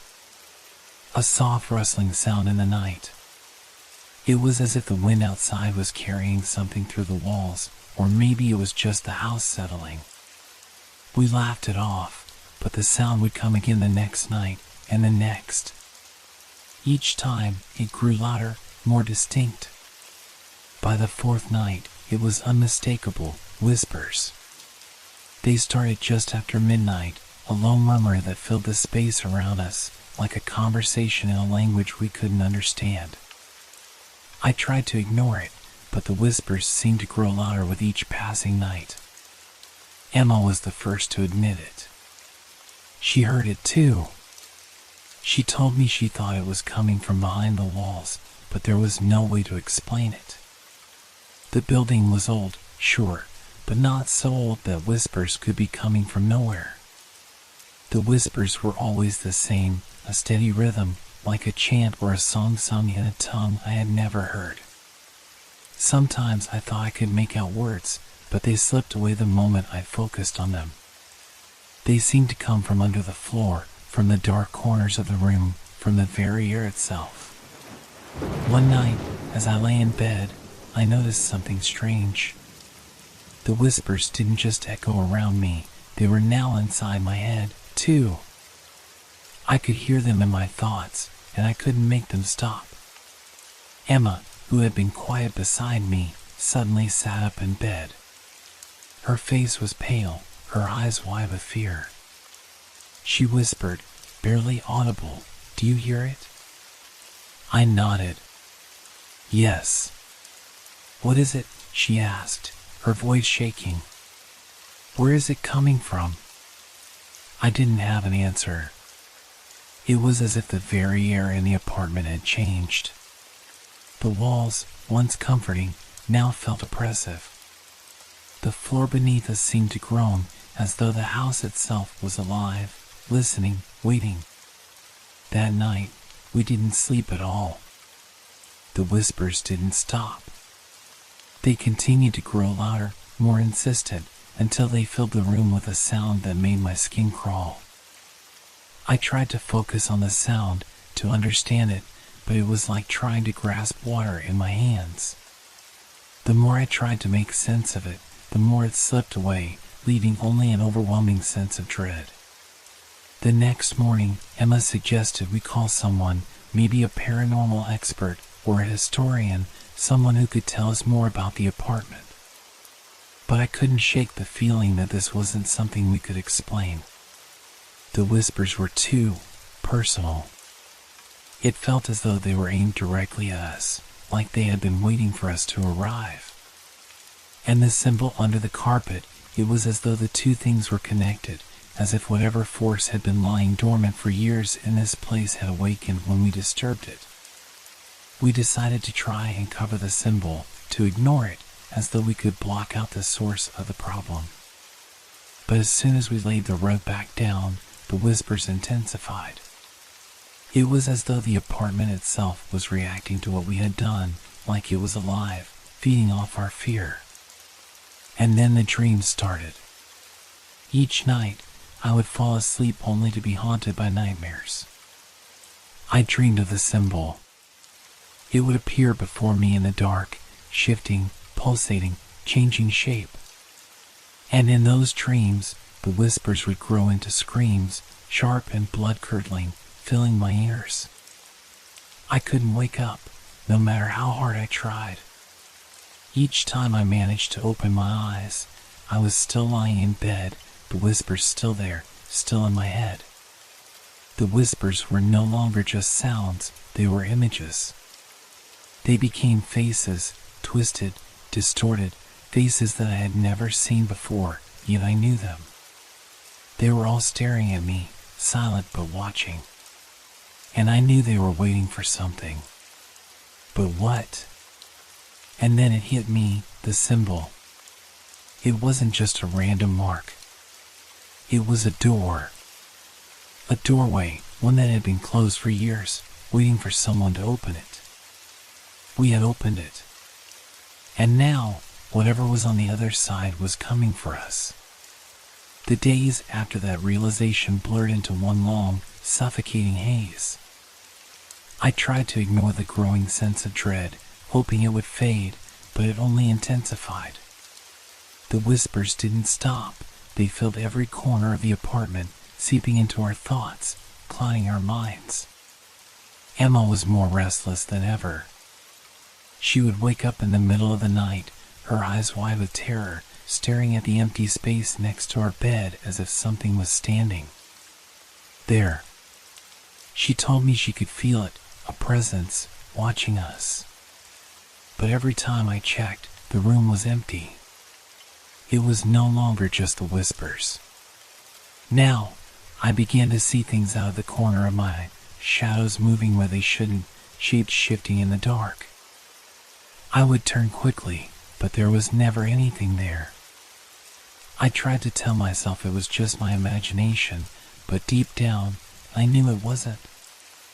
One evening, after dinner, Emma and I decided to confront the symbol. We couldn't live like this any longer, trapped in a house that felt like it was alive, breathing around us. Maybe, just maybe, if we removed the source, everything would go back to normal. But when we pulled up the carpet again, the symbol was different. It wasn't the same. The lines of the symbol had shifted, the edges now smoother, the shapes more defined. It looked like it was alive.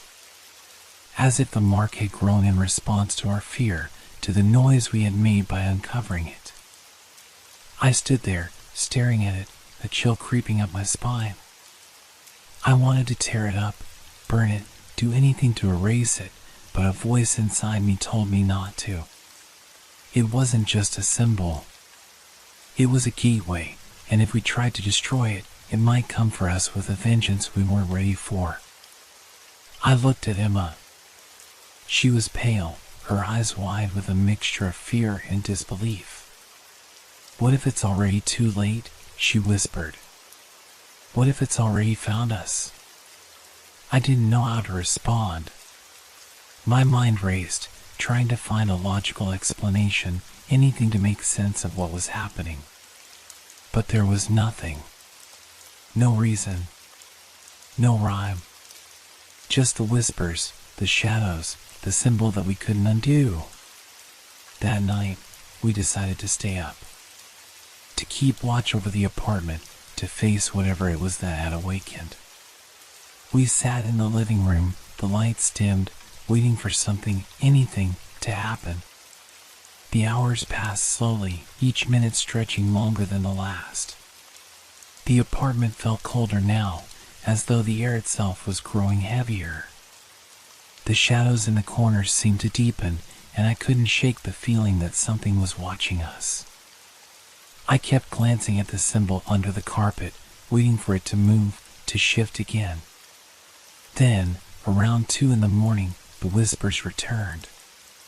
But this time, they weren't just whispers. They were voices. Clear, distinct voices, speaking to us in the same incomprehensible language. The words were faster now, more urgent, like a chant growing louder and louder until it filled every corner of the room. Emma gasped. "Do you hear that?" she cried. "It's coming from the walls." I stood up, my heart pounding in my chest. I couldn't breathe. It was as if the walls were closing in on us, the apartment itself pressing against us, trapping us inside.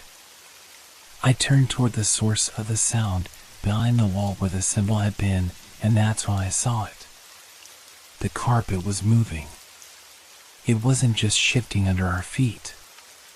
It was alive, curling and writhing like something was underneath it, pushing its way to the surface. The symbol seemed to pulse with an eerie light, as if it was feeding off the whispers, feeding off our fear. I tried to pull Emma away from it, to get us out of the room, but she wouldn't move. Her eyes were locked on the symbol, and she was muttering something under her breath. I couldn't understand the words, but I could feel them, the weight of them, pressing down on me like a stone. The whispers grew louder, drowning out everything else. They were no longer just in the walls.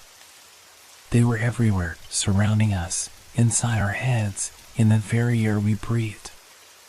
And in the middle of the noise, I heard something else. A laugh. It was soft at first, a low chuckle, like someone, was watching us, enjoying our terror. But the laugh quickly grew louder, more distorted, as if it was coming from all directions at once, closing in on us. I turned to Emma, but her face had changed. It wasn't her anymore. Her eyes were wide, black as night, and her mouth twisted into a grin that wasn't hers. The whispering voices seemed to be coming from her now, slipping out of her mouth in a language I didn't recognize. She was no longer herself. "Emma!" I screamed, but the word felt like it was trapped in my throat. She turned to face me, her body jerking unnaturally, her limbs twisting as if they weren't hers to control. The whispers became a cacophony of noise, an impossible symphony of voices screaming, laughing, pleading, all at once. I backed away, my mind a blur. What was happening to her? To us? Suddenly, the floor beneath me gave way. It felt as though the apartment itself was swallowing me whole. The walls cracked open, and I fell, falling deeper and deeper into a darkness I could not escape.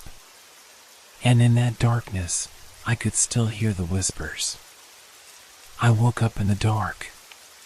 Not the kind of dark that simply blankets a room, but the kind that feels alive, oppressive, suffocating. I couldn't move. My body felt heavy, as though it had been chained to the ground. A cold sweat clung to my skin, and my chest tightened with each breath, as if the air itself was too thick to breathe.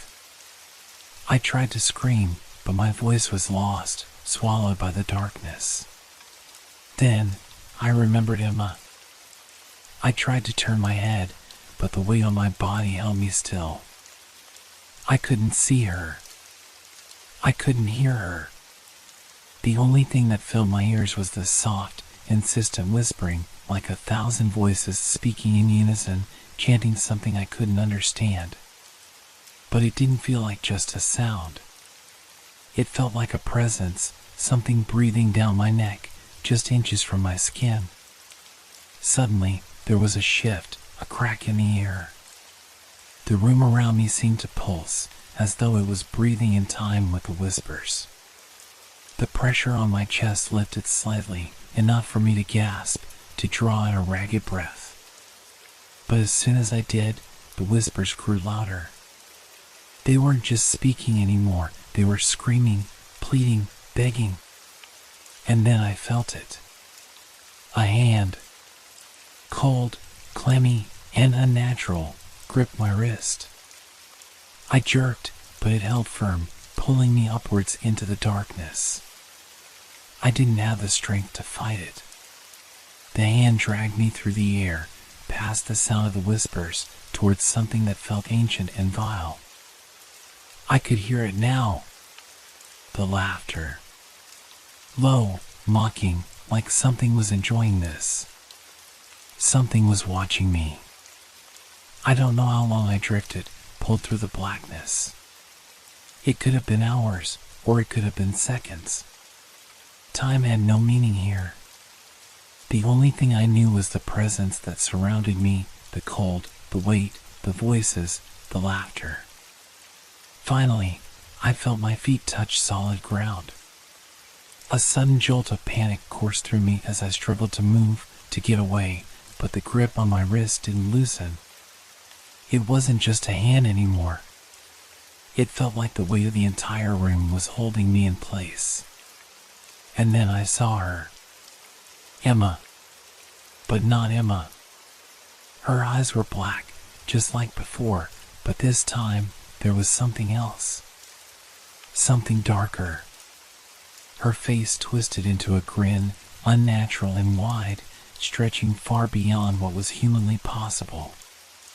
Her mouth opened, and from it, more whispers poured out, louder now, like they were coming from deep inside her. The symbol. It was on the wall behind her, pulsing, alive. I could feel it, the power radiating from it, and I knew, deep down, I knew that the symbol had claimed her, just as it had claimed everything around us. I opened my mouth to speak, to call her name, but no words came out. Instead, the whispers inside me grew louder, pushing against my thoughts, drowning out my voice. They were inside my head now, filling every corner of my mind, urging me to do something, anything, but I couldn't grasp what it was. Then, from behind Emma's twisted form, a shape appeared. At first, it was just a shadow, but as it moved closer, it became clearer. A figure. Tall, impossibly tall, with features that seemed to shift and flicker, as if they couldn't decide what they wanted to be.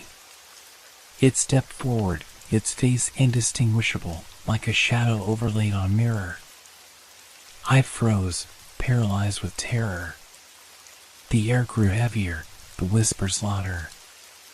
The figure reached out toward me, its hand, no, its claws stretching toward my face. The chill in the air intensified, and I felt a coldness seep into my bones, freezing me from the inside out. Run, a voice whispered, but it wasn't my voice. It was Emma's, only it wasn't Emma. It was something else. Something not human. I tried to move, to break free, but the hand still held my wrist, now ice cold, turning my skin numb. The figure's claws brushed my cheek, and I felt a sharp, biting pain, like the sting of 1,000 needles. A scream built up in my throat, but it was swallowed by the darkness around us. Then, in the silence that followed, something shifted. The grip on my wrist loosened. The weight, the cold, the whispers, they all disappeared. The figure was gone. Emma was gone. I was alone. I collapsed to the floor, gasping for air, my heart racing. The room was still. The silence was deafening. The whispers were gone, and the symbol, that cursed symbol, was nowhere to be seen. But I knew it wasn't over. The apartment wasn't empty anymore. And neither was I. The silence in the apartment stretched on, oppressive and thick. It felt unnatural, like the air itself was holding its breath, waiting. I sat there, still on the cold floor, my heart pounding, my mind racing with thoughts I couldn't grasp. I kept telling myself it was just a nightmare, just a dream, but deep down, I knew it wasn't. The room, the atmosphere, it was wrong, all wrong. I slowly pushed myself to my feet, my legs shaky as if they hadn't quite recovered from the terror I just experienced. The apartment was exactly as it had been when I went to bed, the same worn furniture, the same faded curtains hanging by the window. But everything felt different. The shadows were deeper, the air colder. I couldn't shake the feeling that something, or someone, was watching me. I stumbled toward the living room, my eyes darting nervously to the door that led to the hallway. That's when I saw it. A faint, almost imperceptible mark on the floor. It was as though the carpet had been disturbed, moved just a little. I knelt down, my hand trembling as I lifted the corner of the rug. The symbol was there, once again, freshly painted in blood-red strokes. It hadn't been there when I looked earlier, but now it was, its shape as grotesque and unfamiliar as it had been before. My breath caught in my throat. This wasn't possible. I had just seen the symbol vanish before my eyes. There was no way it could have returned. But it had. And now, more than ever, I could feel the weight of it pressing against my chest, urging me to do something. I reached down and touched the symbol, and as soon as my fingers brushed against the cool, smooth surface, I felt it. A jolt of energy, sharp and searing, shot up my arm. The room seemed to shudder with the force of it, the walls groaning as though they were alive. The whispers started again, soft at first, distant, but growing louder, closer, more urgent. They weren't just in my ears anymore. They were in my mind. I jumped back, my pulse racing, heart pounding in my throat. The air was thick with the sound of the voices, but they weren't just whispering anymore. They were screaming. Screaming for me to listen. To understand.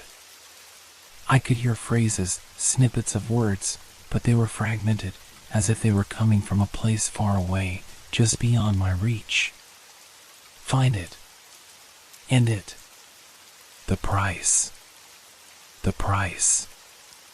I stood there, rooted to the spot, trying to make sense of the chaos in my head. What was this? What did it want from me? The apartment around me was no longer the place I thought I knew. It was shifting, warping, becoming something else. The walls seemed to stretch and bend as if they were closing in on me, and the shadows grew longer, darker. Then, a sound broke through, the unmistakable creak of the door from the hallway opening. I froze. My heart skipped a beat. There was no one else here. I was alone. I had been alone.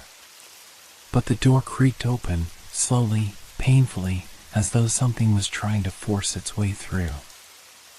I couldn't move. I couldn't breathe. The whispers were now a cacophony of voices, each one more insistent than the last, urging me forward, but I couldn't bring myself to move. My body was frozen, paralyzed by fear. The door creaked again, and I heard footsteps. Soft, deliberate, but unmistakably there. My breath caught in my throat as I slowly turned my head toward the hallway. And there, standing in the threshold of the doorway, was Emma. But it wasn't really her. Her face was pale, her eyes black and empty, like twin voids. Her lips curled into a thin, twisted smile that seemed to stretch beyond what was humanly possible. Her body was unnaturally still, like a puppet whose strings had been pulled too tight. "You're here." Her voice was not her own. It was deeper, darker, carrying the weight of something ancient and terrifying. The whispering intensified, merging with her voice, as if they were one and the same. I could barely understand her, but the words were clear enough. "It's your turn," she whispered. "Now you'll see. You'll understand. You have to finish it." The door slammed shut behind her, trapping me in the room with that thing. My head spun, my vision blurred. The apartment felt like it was caving in on me, the walls closing in tighter and tighter. The whispers were all around me, inside me, pushing against my mind, my soul. I had to do something. I had to escape. But I couldn't move. I was frozen, my body paralyzed by fear, by the weight of the power that had seeped into this place. The presence, the symbol, everything was coming for me. And then, as I stood there, helpless, I saw it. A shadow, taller than any human could be, stretching across the wall. The whispering stopped, and in the silence, I could hear the footsteps again, slow and deliberate, growing closer. The symbol on the floor began to glow. A faint light, like fire, flickered from its center, casting eerie shadows that danced across the room. I wasn't alone. I would never be alone again. I tried to scream, but the sound caught in my throat, strangled by the overwhelming presence in the room. My heart raced, slamming against my chest like a drum, and every instinct I had told me to run, to escape, but my body wouldn't respond. The shadow grew taller, looming over me, its edges blurring and shifting like smoke in a windless room. Emma, no, it wasn't her, stood motionless in the doorway, her twisted smile widening as the darkness in her eyes seemed to consume the room. She took a step forward, and the floor beneath my feet creaked. The whispering was deafening now, swirling around me in an unholy chorus. "You're too late," the voice hissed. It wasn't Emma's voice, it wasn't anyone's voice, it was 1,000 voices, all speaking at once. "The price is paid. The end is here." The walls seemed to pulse with the rhythm of the whispers, the room trembling as though it were alive. I couldn't think, couldn't breathe. The temperature dropped, and I could see my breath misting in the air. Every inch of the room felt wrong, like it was suffocating me, pulling me deeper into a void I couldn't escape. I looked down at the symbol beneath me. The blood-red markings had spread out, like veins growing from the center, crawling across the floor, up the walls. It was as if the apartment itself was infected by the curse, and I had awakened it. I had disturbed the peace it had long kept. The shadow in the doorway moved, slowly at first, but then with terrifying speed. It rushed toward me, its form twisting, becoming less human, more monstrous. I couldn't move, couldn't escape. The shadow's form seemed to grow teeth, eyes, limbs, and before I knew it, it was towering over me, and I was face to face with it. It leaned down, its dark, cold breath hitting my face, and in that moment, I could feel its power, its ancient, malicious presence. It had been waiting for me to open the door, waiting for me to break the seal. I had no choice but to face it. "You should never have come," the voice whispered, though its mouth didn't move. "Now you belong to it. To me." I wanted to run, to scream, to fight. But I couldn't. The shadow's grip on me was absolute, pulling at my mind, my very soul. It was as if the room was collapsing in on me, and I was falling deeper into something beyond understanding. But then I remembered the one thing I hadn't tried. I reached into my pocket, my fingers trembling as I pulled out the small, silver locket Emma had given me when we moved in. The locket that had felt so ordinary, so comforting when I first saw it. I wasn't sure why, but the locket felt important. I could feel it now, cold against my palm, almost vibrating with energy. I held it up in front of me, my grip tight, the metal cool against my skin.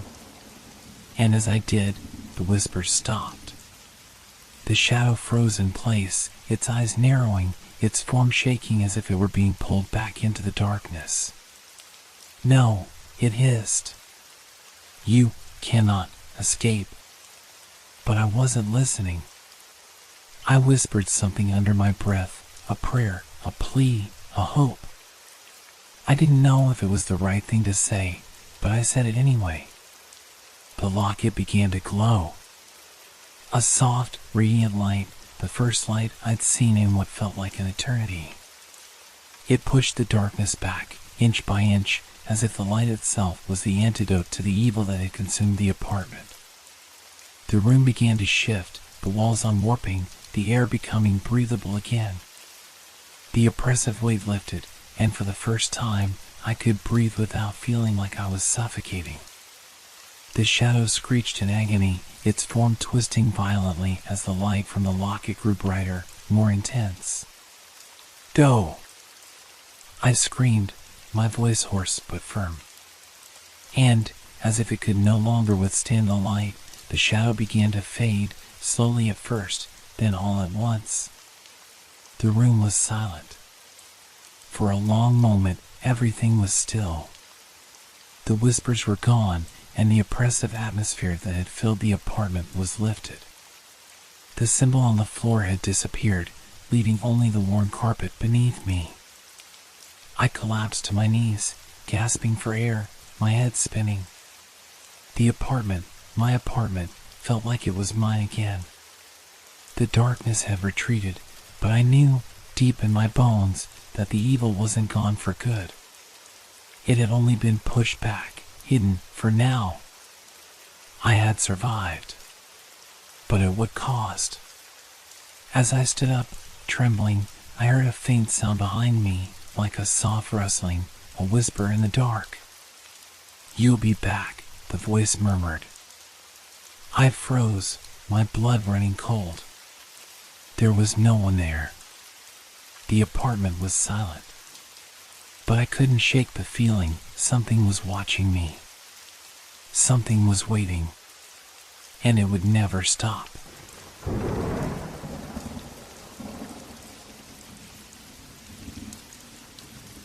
Have you ever found yourself drawn to something you couldn't explain?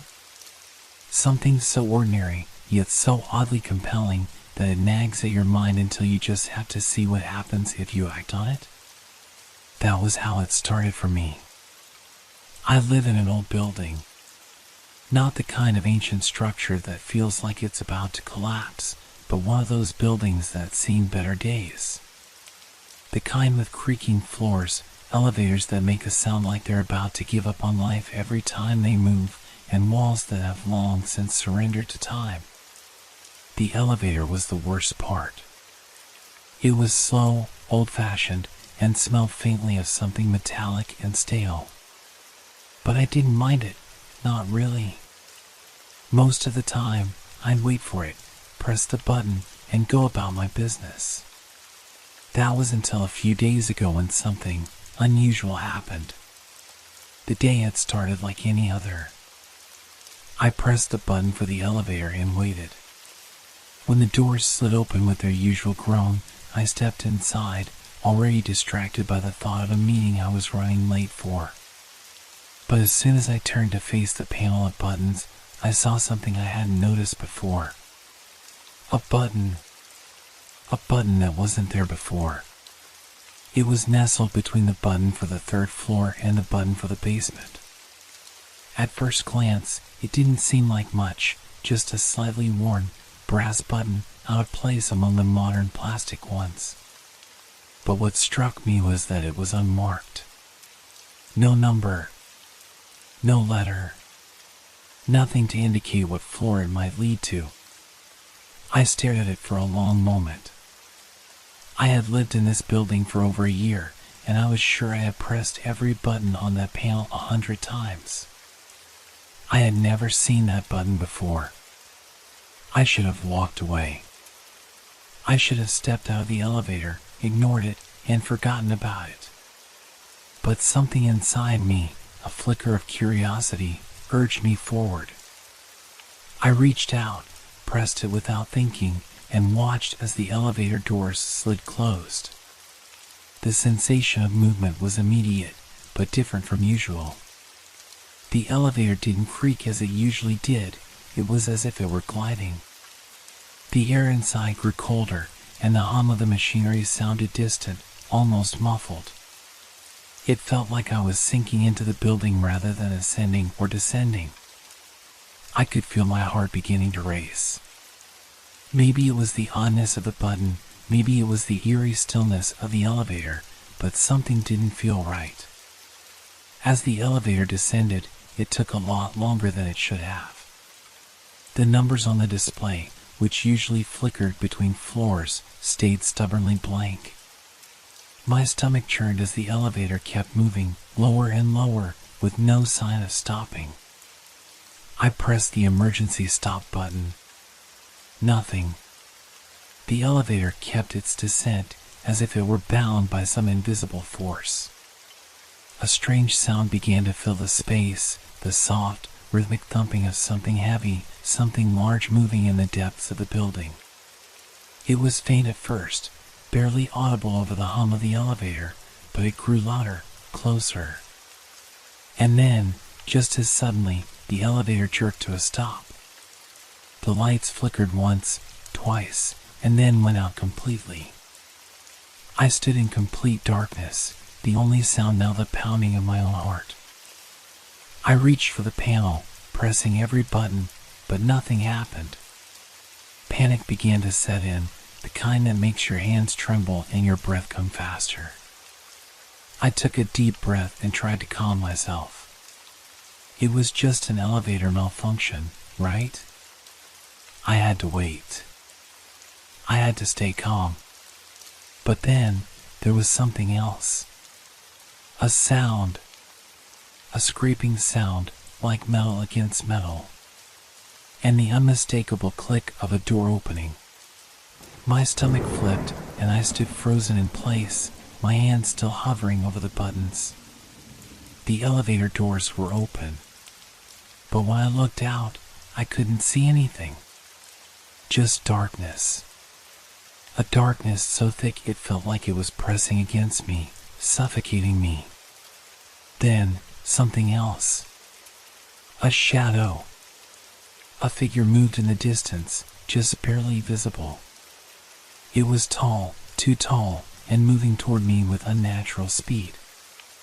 I didn't know what to do. I had no idea where I was. This wasn't any floor I knew. There was no way I had descended this far.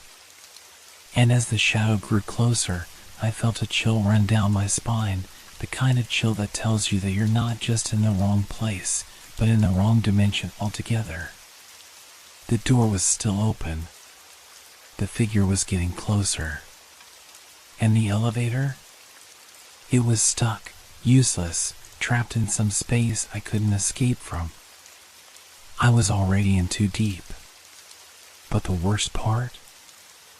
I realized then that I had no choice but to face whatever was coming for me. I don't remember the exact moment when I stepped out of the elevator, but I know I did. My body moved before my mind could fully comprehend the decision. I think it was instinct, some deep, primal urge to run or confront whatever was out there. I stumbled forward, my hands brushing against the walls as I tried to steady myself in the absolute darkness. The scraping sound continued, now followed by low, guttural breathing, as if something or someone was just beyond my reach, watching me. Every step I took was slow, careful, each one accompanied by a creak of floorboards that felt too loud, too deliberate. There was something off about the air. It felt thick, almost as if the very atmosphere was weighted with an invisible pressure, pulling me deeper into the unknown. The shadows around me seemed to twist and warp with each movement, flickering in unnatural ways, like they were alive, observing, judging. My hands instinctively reached for my phone, but when I tried to turn it on, the screen stayed black. Dead. No signal. No light. It was as if the building itself was smothering me, shutting out any way to reach the outside world. My breath quickened, and I realized I had no way of contacting anyone. I turned in a slow circle, trying to get a sense of my surroundings. It was impossible to tell how far I had gone, how deep this place was. The floors were rough under my feet, like old wood or stone, but there were no doors, no windows, just walls that seemed to stretch endlessly in every direction. I reached out to touch the nearest wall, hoping to find some kind of clue, some way out. But then, I felt something cold and slick against my fingertips. It was a symbol. At first, I thought it was just a stain or some kind of marking, but as I ran my fingers along its edges, I realized it was deliberate, etched into the very stone, as if it had been carved there long ago. The symbol was strange, unlike anything I had ever seen. It was a complex geometric shape, intricate and sharp, a twisted combination of lines that seemed to loop into infinity. And then I heard it.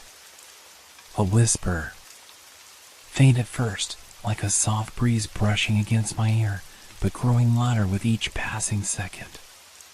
It was a voice, or something trying to mimic a voice, speaking in a language I couldn't understand. The words slithered around me, indecipherable, but their tone was unmistakably sinister. They came from everywhere, surrounding me, pressing in on all sides. I backed away from the symbol, my heart pounding harder in my chest. I couldn't explain what I was feeling, but I knew that whatever was happening wasn't just some malfunction. This place, this dimension, was alive. And it was aware of me. As the whispers grew louder, the floor beneath me suddenly shifted. I stumbled, catching myself against the wall. The sensation was like the ground was buckling, shifting, warping.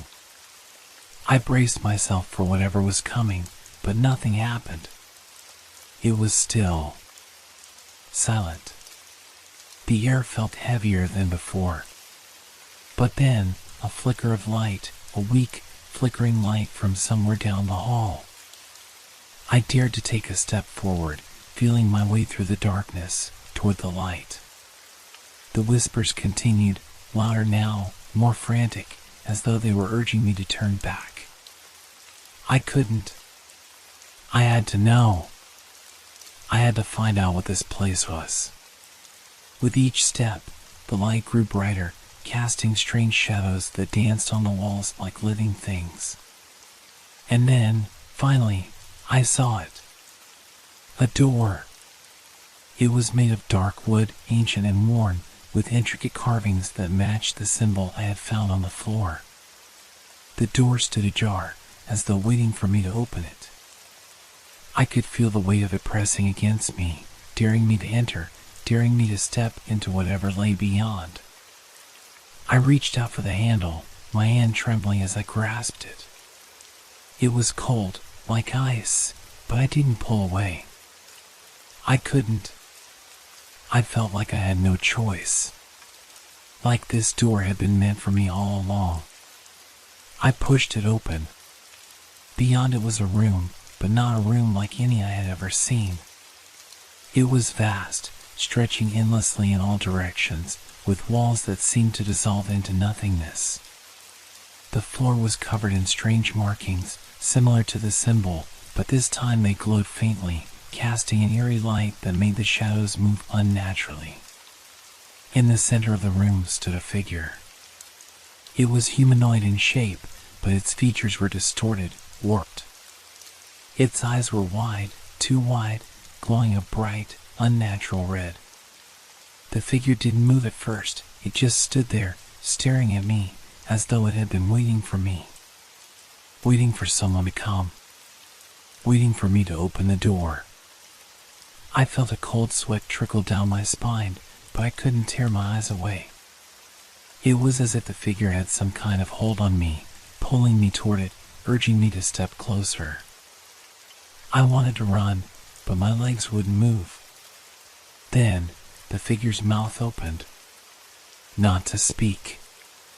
No, it wasn't words that came out. It was a sound so terrible, so unnatural, that it made my blood run cold. It was the sound of 1,000 voices crying out in agony, all at once. The shrieks, the screams, the sobs, all of them coming from that one twisted being.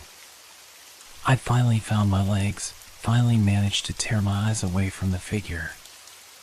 I turned and bolted for the door, but the room around me was no longer the same. The walls seemed to close in, pressing down on me, and the door I had come through was gone. There was no escape. The whispers reached a deafening crescendo. They weren't whispers anymore, they were commands.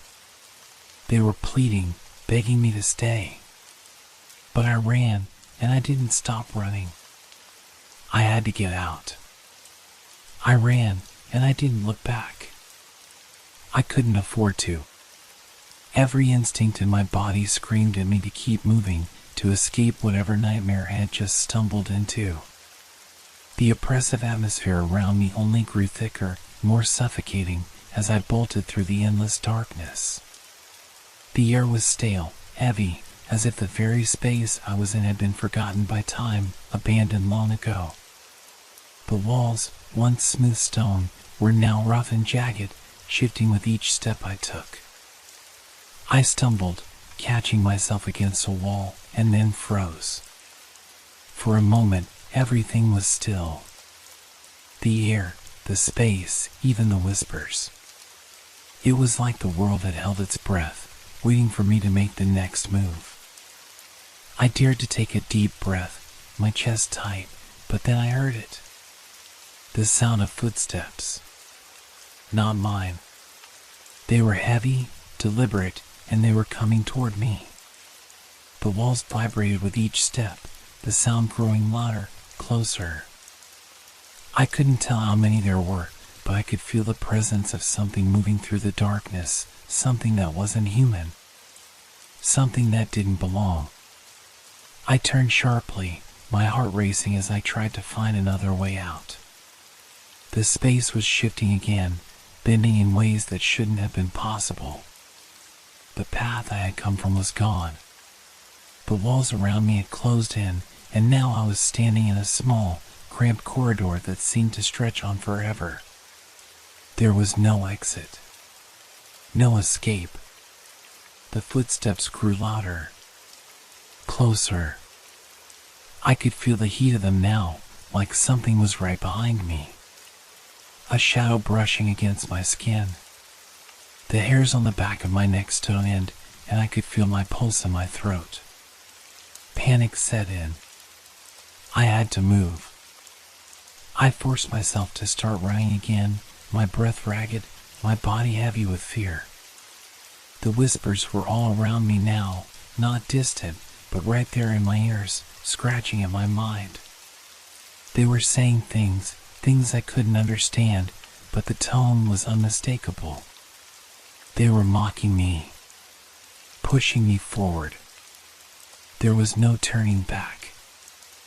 I ran blindly, my eyes scanning for any sign of light, any sign of something familiar, but the darkness around me remained unbroken. The air felt colder now, colder than before. And then, through the blackness, I saw it. A flicker of light. I wasn't sure if it was real, but it was there, like a beacon, pulling me toward it.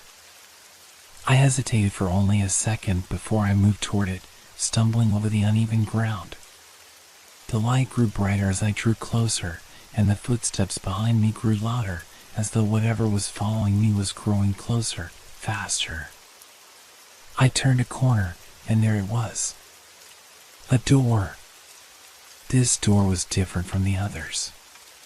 It wasn't made of wood or stone, but metal, sleek and modern, with a faint red light pulsing from its edges. It looked completely out of place in this twisted, otherworldly space. But it was a door. And it was open. Without thinking, I shoved it open and stepped inside. The room beyond was starkly different from the darkness outside. It was sterile, clinical, as if I had stepped into some kind of abandoned laboratory. The walls were smooth, white, and sterile, with harsh fluorescent lights hanging from the ceiling. The air was cold, unnervingly cold, and there was no sound.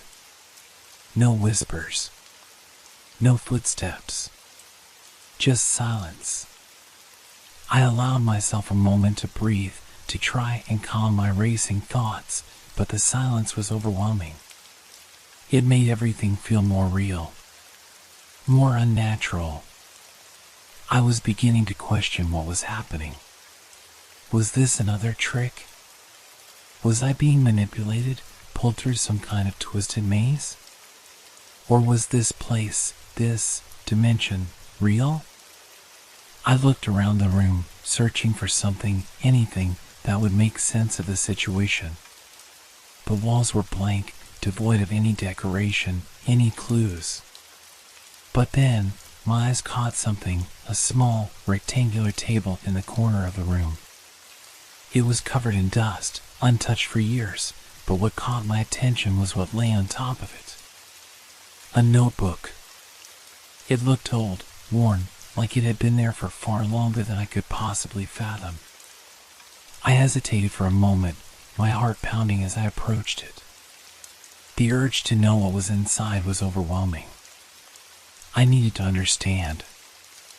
I needed to know what was going on. I reached for the notebook, but as my fingers brushed against its surface, a sound shattered the silence. A voice. It wasn't a whisper this time. It was a low growl, deep and guttural, like something speaking directly into my mind. The voice wasn't saying words, it was like a presence, something ancient, old beyond measure, that had been waiting for someone to find it. It sent a jolt of pure terror through my body. The notebook fell from my hand, crashing to the floor with a deafening thud. And that's when I heard it. The sound of something moving behind me. Slow. Calculated. Steady. I spun around, my heart nearly stopping in my chest, but there was nothing there. The room was still. The oppressive silence returned. But the growl had left a mark. It wasn't just in my ears. It was in my mind. A whisper that had now turned into a command. A voice telling me that I had to leave. That I had opened something that shouldn't have been disturbed. I backed away from the table, my mind racing as I looked for another way out. But the door I had come through was gone. The room, once so sterile and cold, now felt like a trap, closing in around me, suffocating me. I had to escape. But before I could move, the walls began to shift again. The edges of the room warped, the ceiling lowered, and the floor seemed to stretch. I was no longer in a room. I was in a corridor, a vast, endless hall with doors lining both sides. Each door was different, each one more unsettling than the last. I heard the growl again, this time louder, closer. I ran. I didn't look back. I couldn't. I ran, my feet pounding the cold, metallic floor. Each step felt heavier, the air growing thicker with every breath. The growl echoed around me, reverberating off the warped walls, distorting, becoming a symphony of ominous sound. It wasn't just a noise anymore. It was a presence. A force. And it was following me. The corridor stretched on endlessly, each door I passed seeming to open and close on its own accord, as though beckoning me to enter. I couldn't risk it. I didn't know what lay behind those doors, but the thought of them filled me with a growing sense of dread. I needed to get out. I had to find an exit.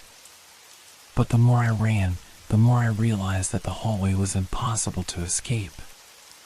The doors were repeating. The walls, too.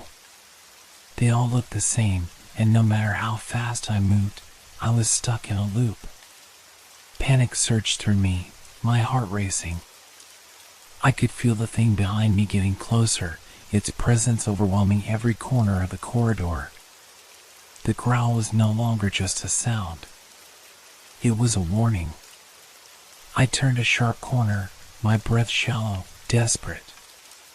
A door. A familiar door.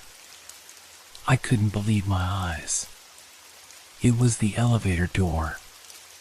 The very one I had first entered before this nightmare began. Somehow, it had returned, standing there in the middle of this shifting space, waiting for me. I approached it cautiously, a part of me uncertain whether this was some kind of cruel trick. But there was no time for hesitation. The growl was almost deafening now. It was close. Too close.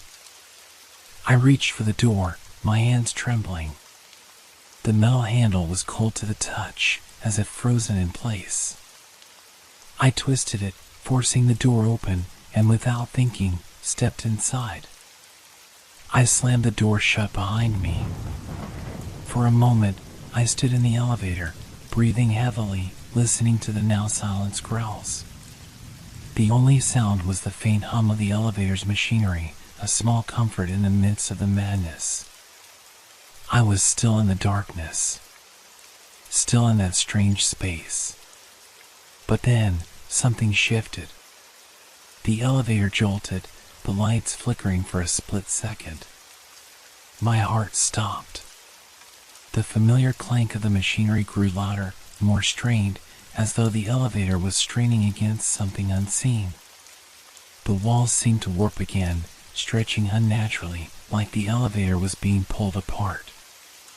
The buttons on the control panel lit up one by one, each one blinking with an eerie glow. The floor number indicator began to change rapidly, cycling through numbers I didn't recognize. The elevator was no longer moving in the direction I knew. It was going somewhere else. Somewhere that shouldn't exist. I slammed my hand against the emergency stop button, but it did nothing. The elevator lurched again, this time the lights completely flickering out. A dark void surrounded me. I could hear nothing but my own frantic breathing. Then, just as suddenly as it had begun, the elevator stopped. I cautiously reached out, my hand shaking as I pressed the button to open the doors. The doors slid open with a soft, metallic hiss. I looked out. What I saw made my stomach churn. The hallway was different now. It wasn't the corridor I had been running through before. This was worse. The walls were warped and grotesque, the floor slick with something that looked like oil, but darker, as if the very building had begun to rot. The air was thick with a foul, metallic stench that clung to my skin, making it hard to breathe. I didn't want to step out. I knew something was wrong. I knew that the space I had entered wasn't a part of the building, wasn't even part of reality. It was something else. Something wrong. But I had no choice. I stepped out. The moment my foot touched the floor, the doors of the elevator slammed shut behind me with a force that made the walls vibrate. I was trapped. I glanced around, my eyes scanning the hallway for any sign of movement. There was something here. Something in the shadows, just beyond my reach. A figure. I could feel it watching me. A low whisper cut through the thick air, barely audible, like the voice of a distant memory. I could make out fragments of words, but they were disjointed, nonsensical, as though the language itself had been twisted. Suddenly, the floor beneath me shifted. It tilted, dropping several inches with a sickening creak. I stumbled, my heart racing, but before I could regain my balance, the door on the far end of the hallway swung open. From it emerged something that made the blood freeze in my veins. A figure. It was tall, its body bent unnaturally, almost as if its bones were contorted to fit some twisted design. Its limbs were long and spindly, dragging on the floor as it moved toward me. Its face was obscured in shadow, but I could feel its eyes burning into mine. I could hear its breath, slow, raspy, growing louder with each step it took. I wanted to run, but my legs wouldn't move. My body refused to obey me. The figure came closer, and closer, and then, in a voice that sounded like it had been ripped from the deepest part of the earth, it spoke. "Why did you open the door?" I didn't answer. I couldn't. My mind was numb, my thoughts lost in the terror that surged through me. The figure took another step forward, and that's when I saw it, the thing behind it. A shadow, too large to be contained, stretching across the walls. It moved like liquid, pulsating, as if it was alive. It surged toward me, quickening in its pace, and for the first time in this entire nightmare, I knew what it was. It wasn't just a presence. It was a hunger. And it was coming for me. I couldn't breathe. The air had turned cold, biting, and thick with the smell of decay. My heart pounded against my chest, a frantic drumbeat urging me to move, to escape, but my body refused to respond. I was frozen, locked in place, staring at the thing that was slowly moving toward me. The figure's head tilted to one side, its limbs jerking in an unnatural rhythm. Its hollow eyes, glowing faintly in the darkness, never left mine. The voice that had spoken was still echoing in my ears, a guttural sound that vibrated through the walls, through my bones. "Why did you open the door?" it asked again, its voice scraping like nails on stone. I wanted to scream, but no sound escaped my lips. I wanted to run, to hide, but the ground beneath me felt like it had fused with my feet, as though I was tethered to the spot by some invisible force.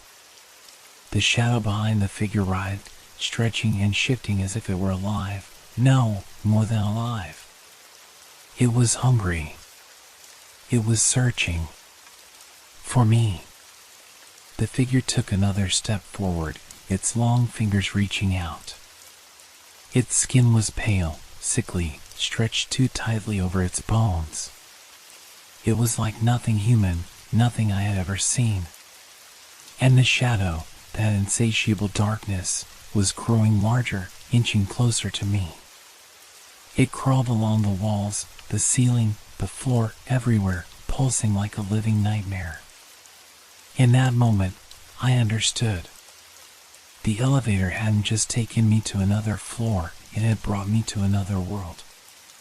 A place where rules didn't apply, where the very fabric of reality had torn open, and something had slipped through. And now, I was trapped. The creature's hand was almost within reach. Its fingers twitched, moving closer, and I could feel its coldness. The shadow was almost upon me, its presence suffocating, as if it were going to consume the very air around me. I had to act. I didn't have time to think. I had to survive. I forced myself to take a step back, my body trembling with fear. The figure didn't follow immediately. It seemed to be enjoying my terror, savoring the moment like a predator playing with its prey. I glanced around, desperate for any escape, any way out. The hallway stretched on endlessly, the doors all around me opening and closing like they were mocking me. There was no way out. No way back. But then I saw it. At the far end of the hall, a faint light flickered, like a beacon, or perhaps a hallucination. A door. But not just any door. This one didn't swing open on its own. It was slightly ajar, just enough for a sliver of light to pour through. It was my only chance. Without thinking, I broke into a run, my legs moving on their own. I could hear the creature behind me, its footsteps now slow, deliberate, closing in, but I couldn't stop. The light was pulling me forward. With a final desperate leap, I reached the door. My hand slammed against it, and to my relief, it opened with ease. I stepped through, and as I did, I heard the sound of the creature's footsteps stop. I dared to look back. The hallway, the figure, the shadow, they were gone. The door had closed behind me, sealing me off from whatever nightmare I had just escaped. But the relief was short-lived. I stood in another hallway, but this one was different. The walls were solid, the floor normal. It looked like the building I had been in at the beginning, but something was wrong. The air was still thick, suffocating. The silence was oppressive. I turned, expecting to see the elevator I had just used, but there was nothing. No elevator. No sign of the otherworldly space I had just fled. Was it over? Had I escaped? But then I noticed something on the wall near the far end of the hallway. There was a symbol. The same symbol I had seen under the carpet in my apartment. I stepped closer, my heart sinking. The symbol was now burned into the wall, glowing faintly, its edges pulsing like it was alive. The chill in the air deepened, and the same growl that had haunted me earlier echoed from the far corner. It was not over. It wasn't over at all. And that's when I realized the truth. I hadn't escaped. I had only walked further into the nightmare. I turned and ran. But the hallway stretched on forever, and I could hear the soft click of elevator doors opening behind me. And I knew there was no way out.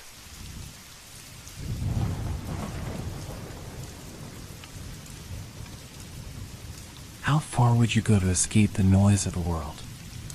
How much silence could you bear? I thought I knew the answers.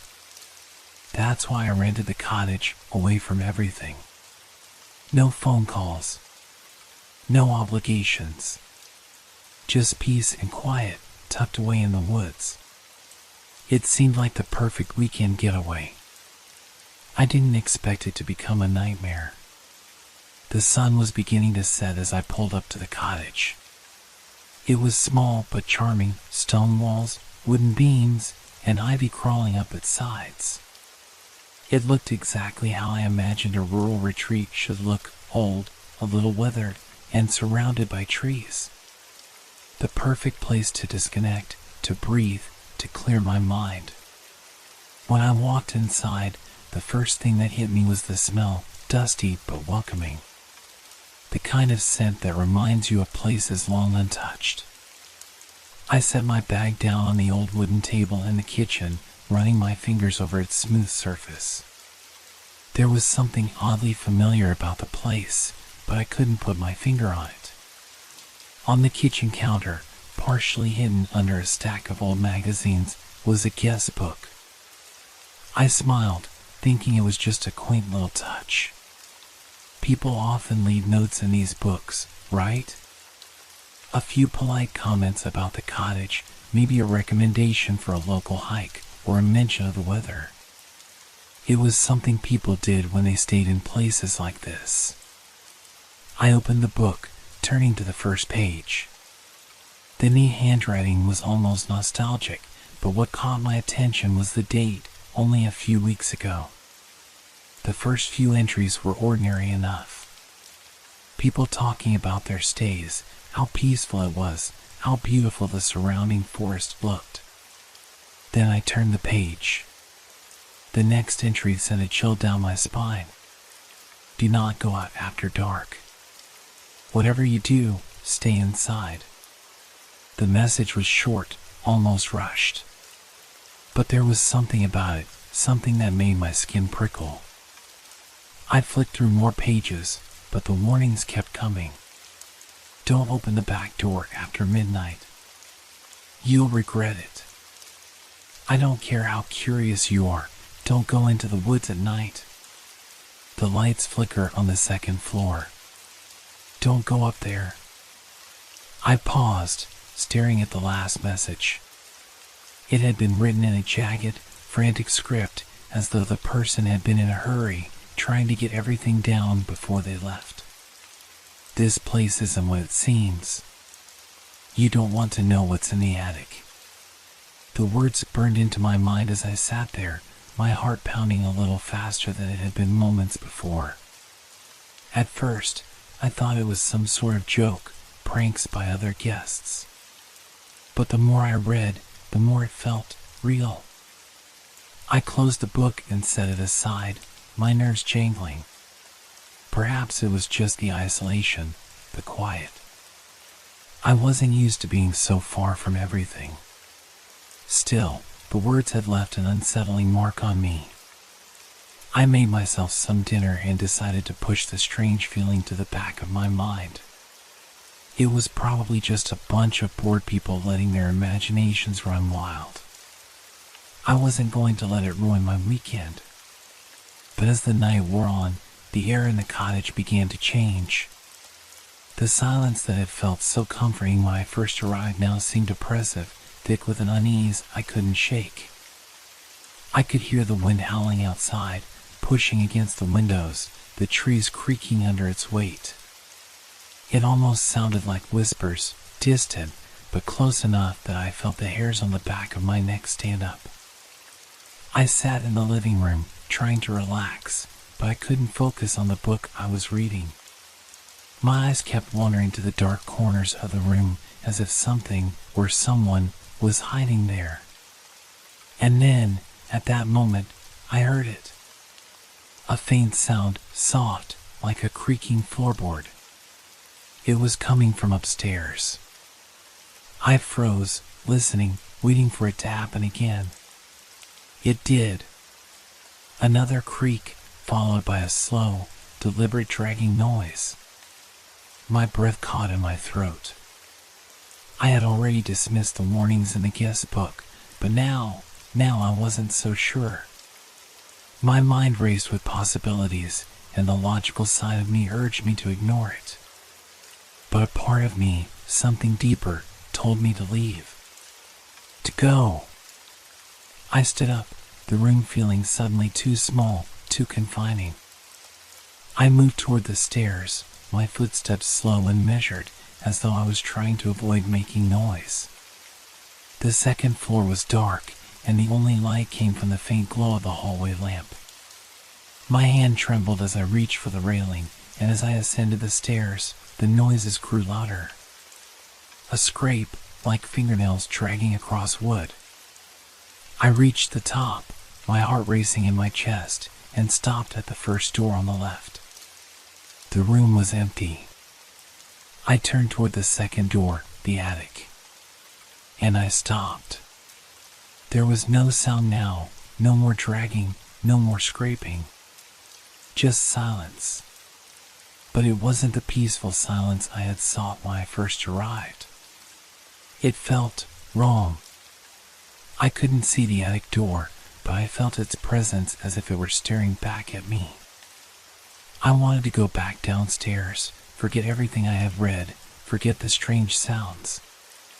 But I couldn't shake the feeling that something was waiting behind that door. And I had to know. I reached for the door handle.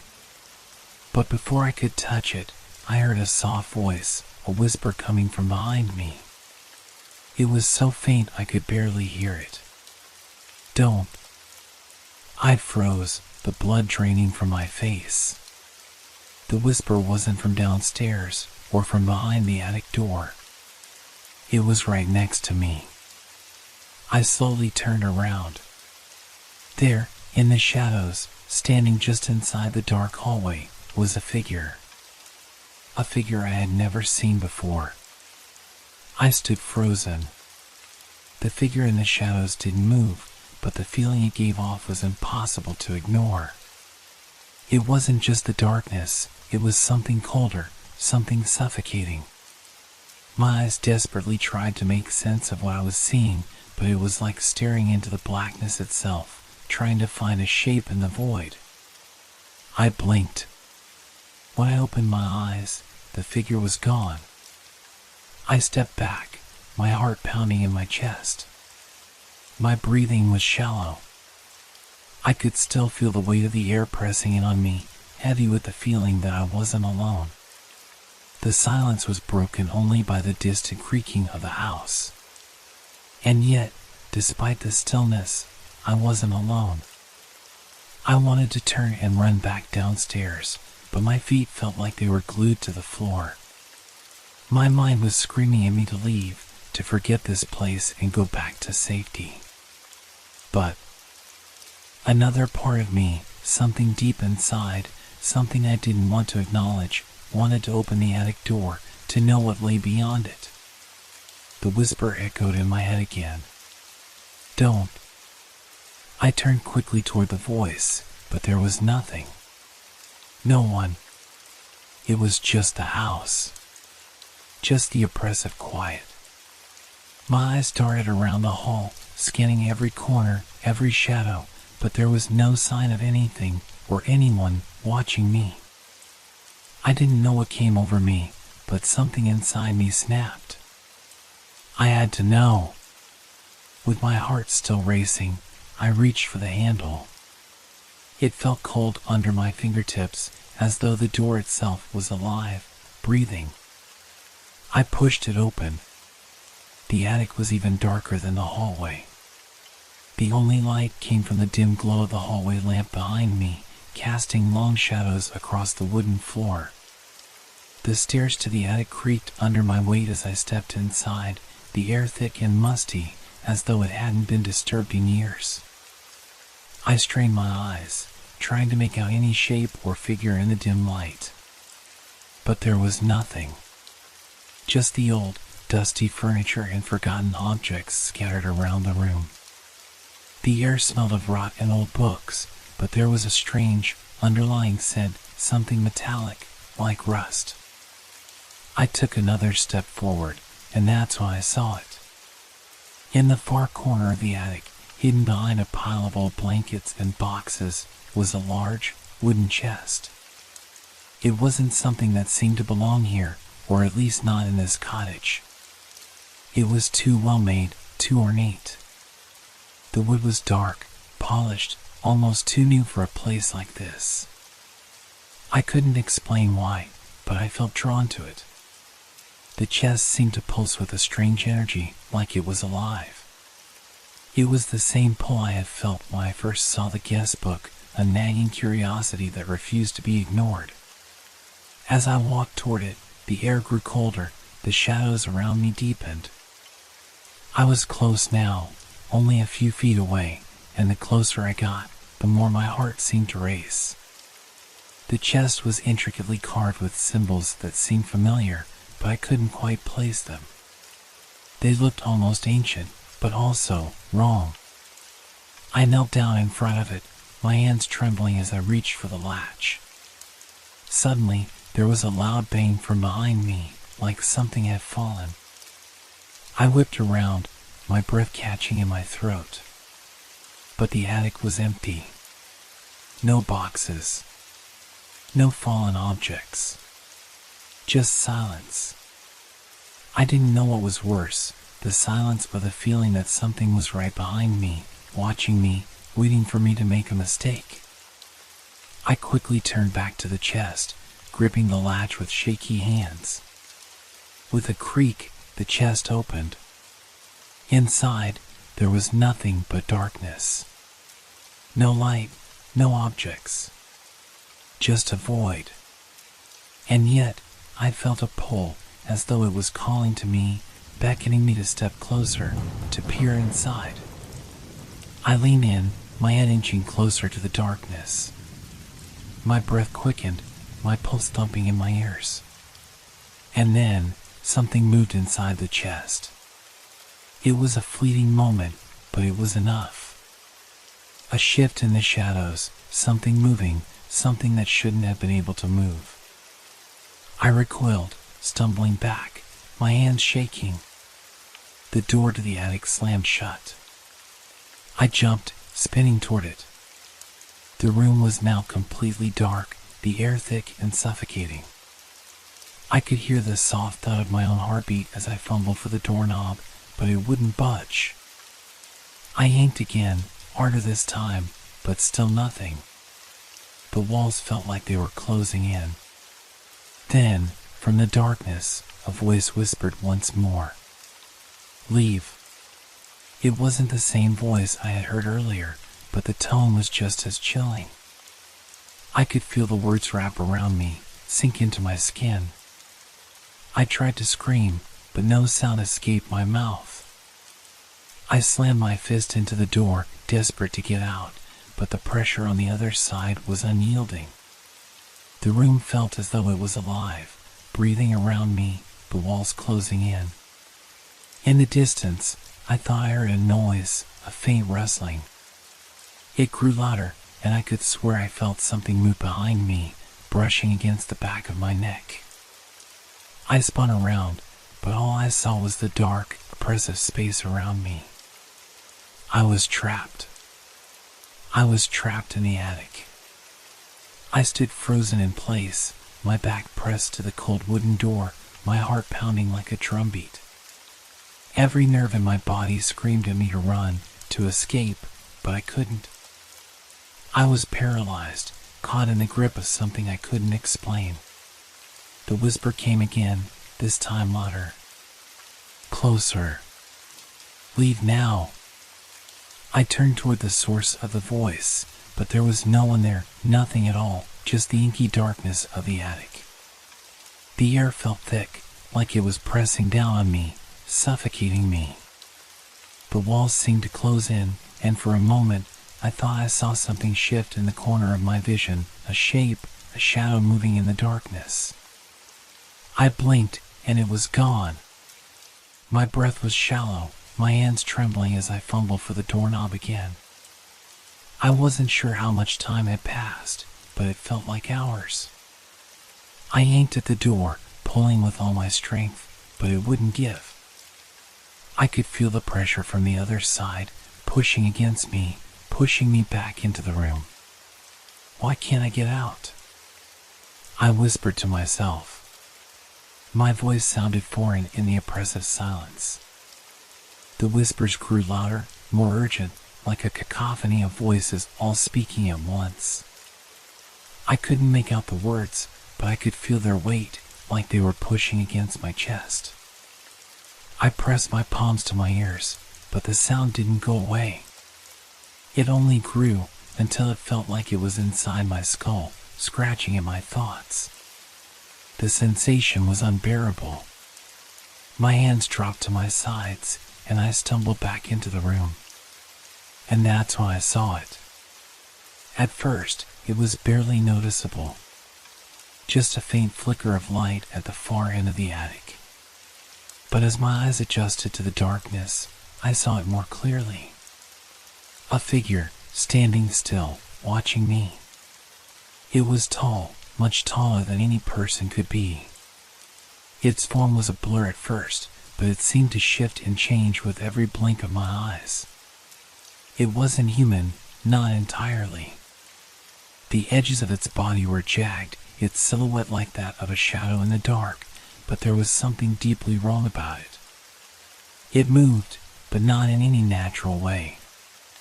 It swayed, its limbs contorting and shifting like a puppet on strings. I gasped, stepping back, but my feet felt heavy, like I was sinking into the floor. I tried to scream, but my throat closed up, choking on the air.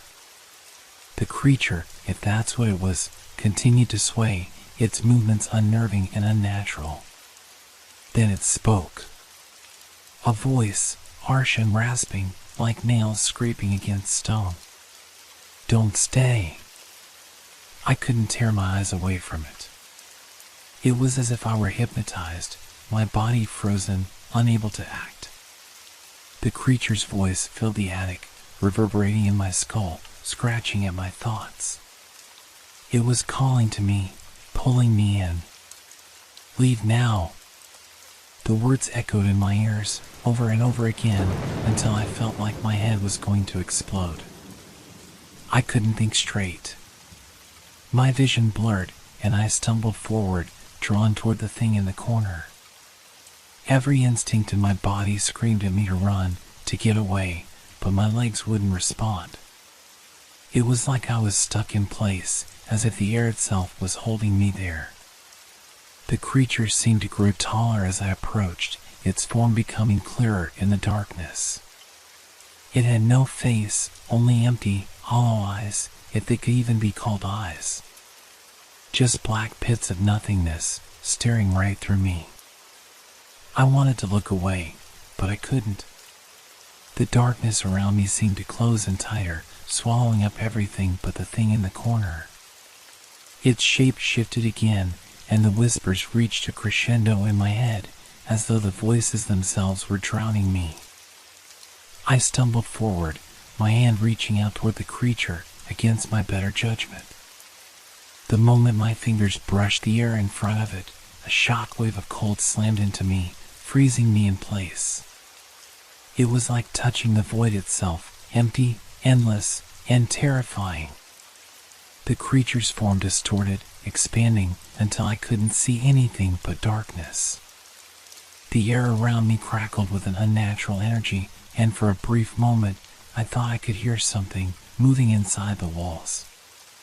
A tapping sound, like claws scratching against wood, coming from all around me. The cold deepened, and I felt myself falling. Not physically, but mentally. The weight of it was unbearable, crushing me from all sides. And then, just as quickly as it had appeared, the creature was gone. The room was empty, silent once more. The cold remained, but the air seemed lighter, as though something had been lifted. I was still trapped in the attic, but the presence, whatever it had been, was no longer there. I was shaking, my body reacting to the terror that had flooded my system. My mind screamed for me to leave, to get out of this place, but my legs refused to move. My hands were still trembling as I reached for the doorknob once again. This time, the door opened.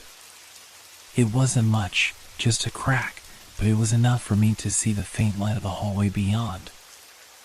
I pushed against it, my body nearly collapsing as I tumbled out of the attic and into the safety of the hallway.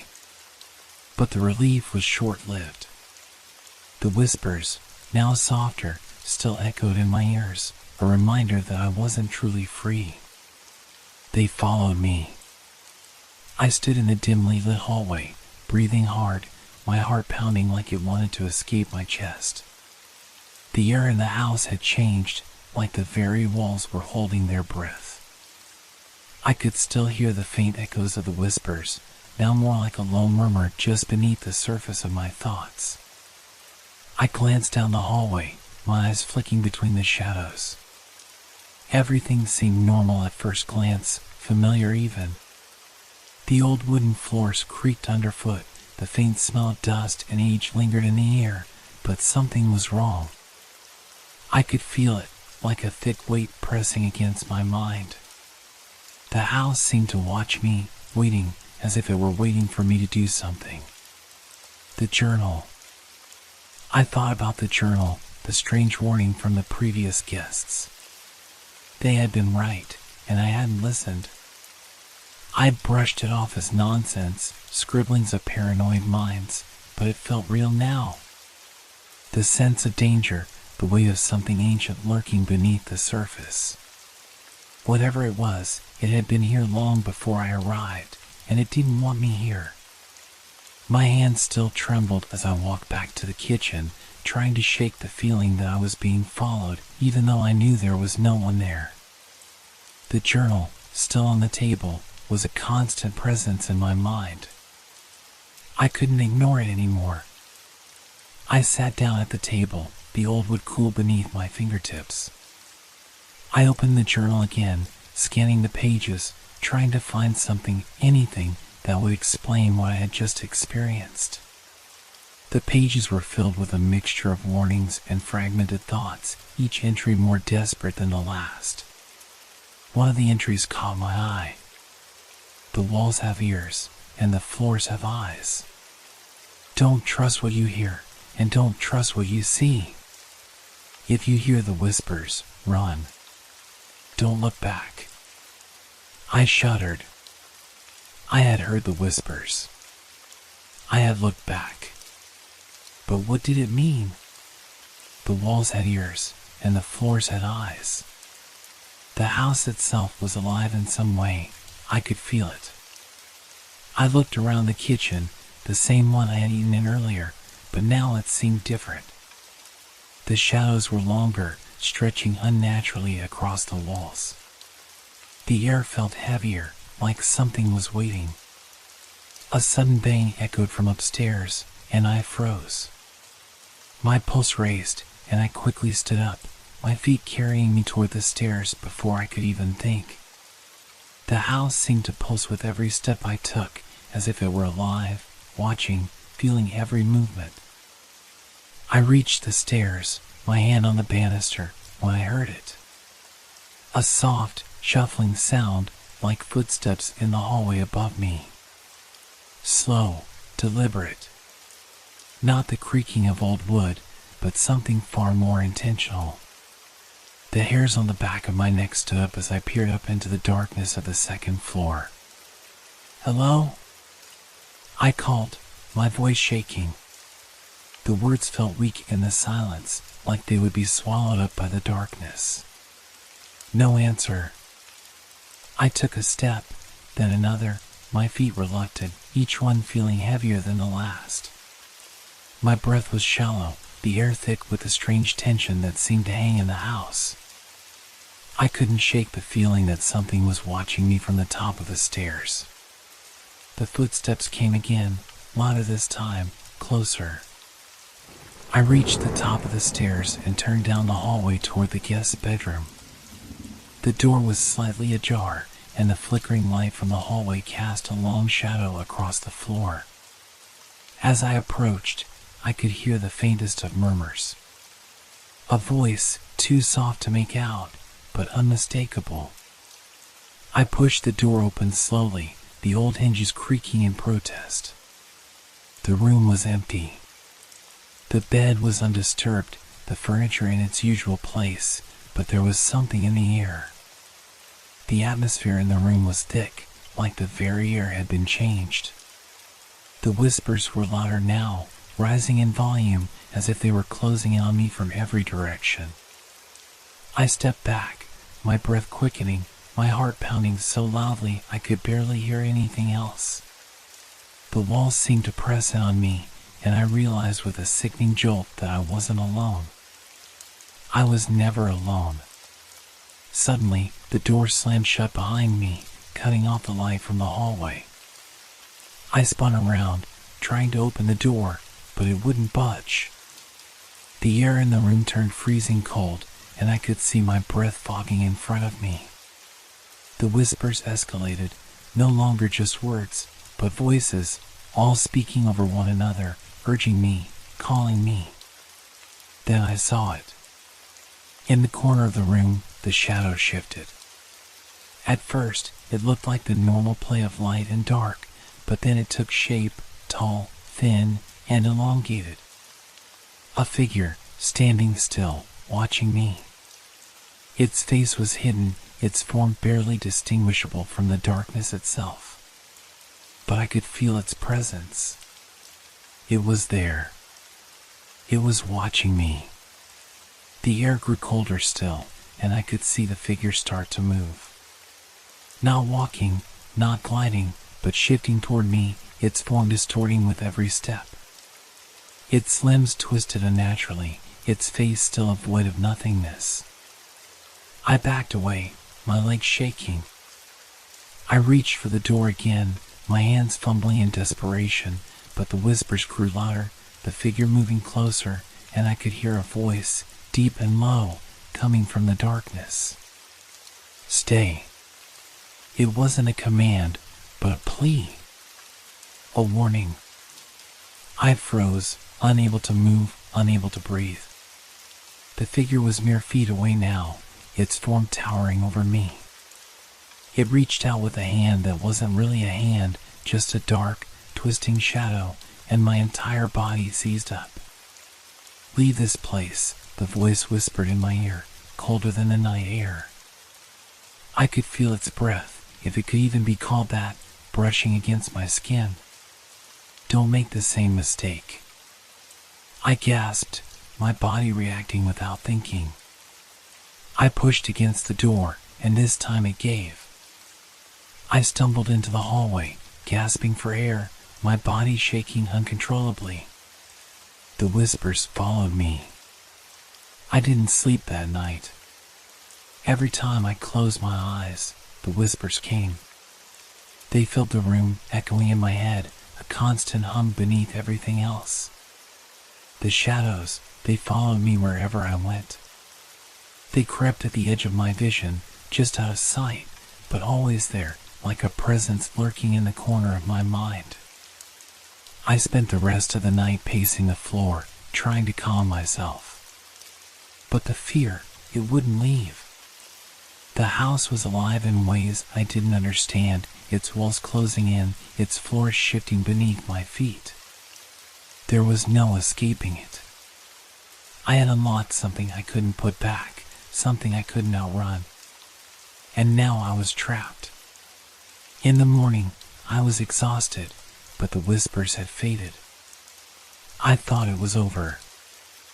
I thought the terror had passed. But the journal, the one I had tried to ignore, was still there, waiting for me on the kitchen table. Its pages seemed to shimmer in the morning light, beckoning me. I knew I had to go back. I had to read what was left unsaid, the parts one hadn't understood before. I sat down again, my hands trembling as I opened to the last page. The ink had begun to smudge, as if it was being erased, fading away with every passing second. But there was one last entry, written in a hurried scrawl. "We tried to leave. We thought we could escape. But the house never lets go. It remembers us. It remembers everything."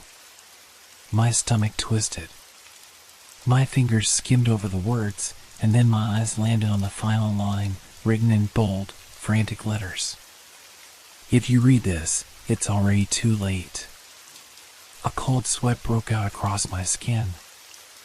I closed the journal, my hand shaking as I set it down. I looked around, but the house was quiet again. The whispers had stopped. The figure, the shadow, was gone. But the feeling was still there. The presence in the house, the weight of something that had never really left. I couldn't escape it. I stood up, the realization dawning on me. I wasn't going to leave. I could try, but it wouldn't matter.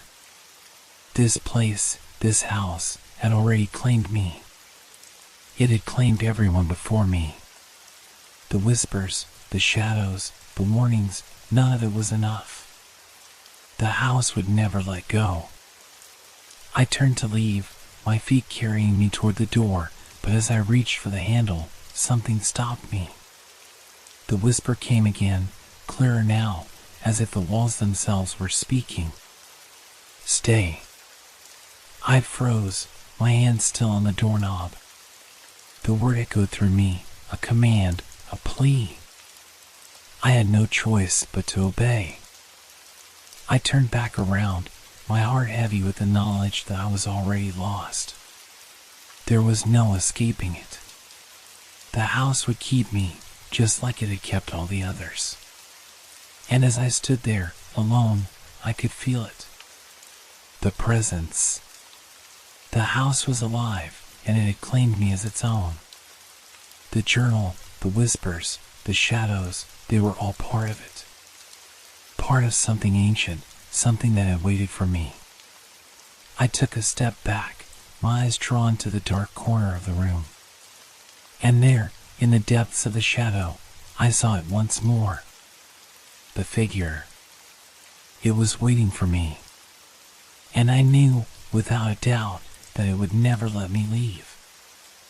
I had become a part of the house, and the house would never forget me.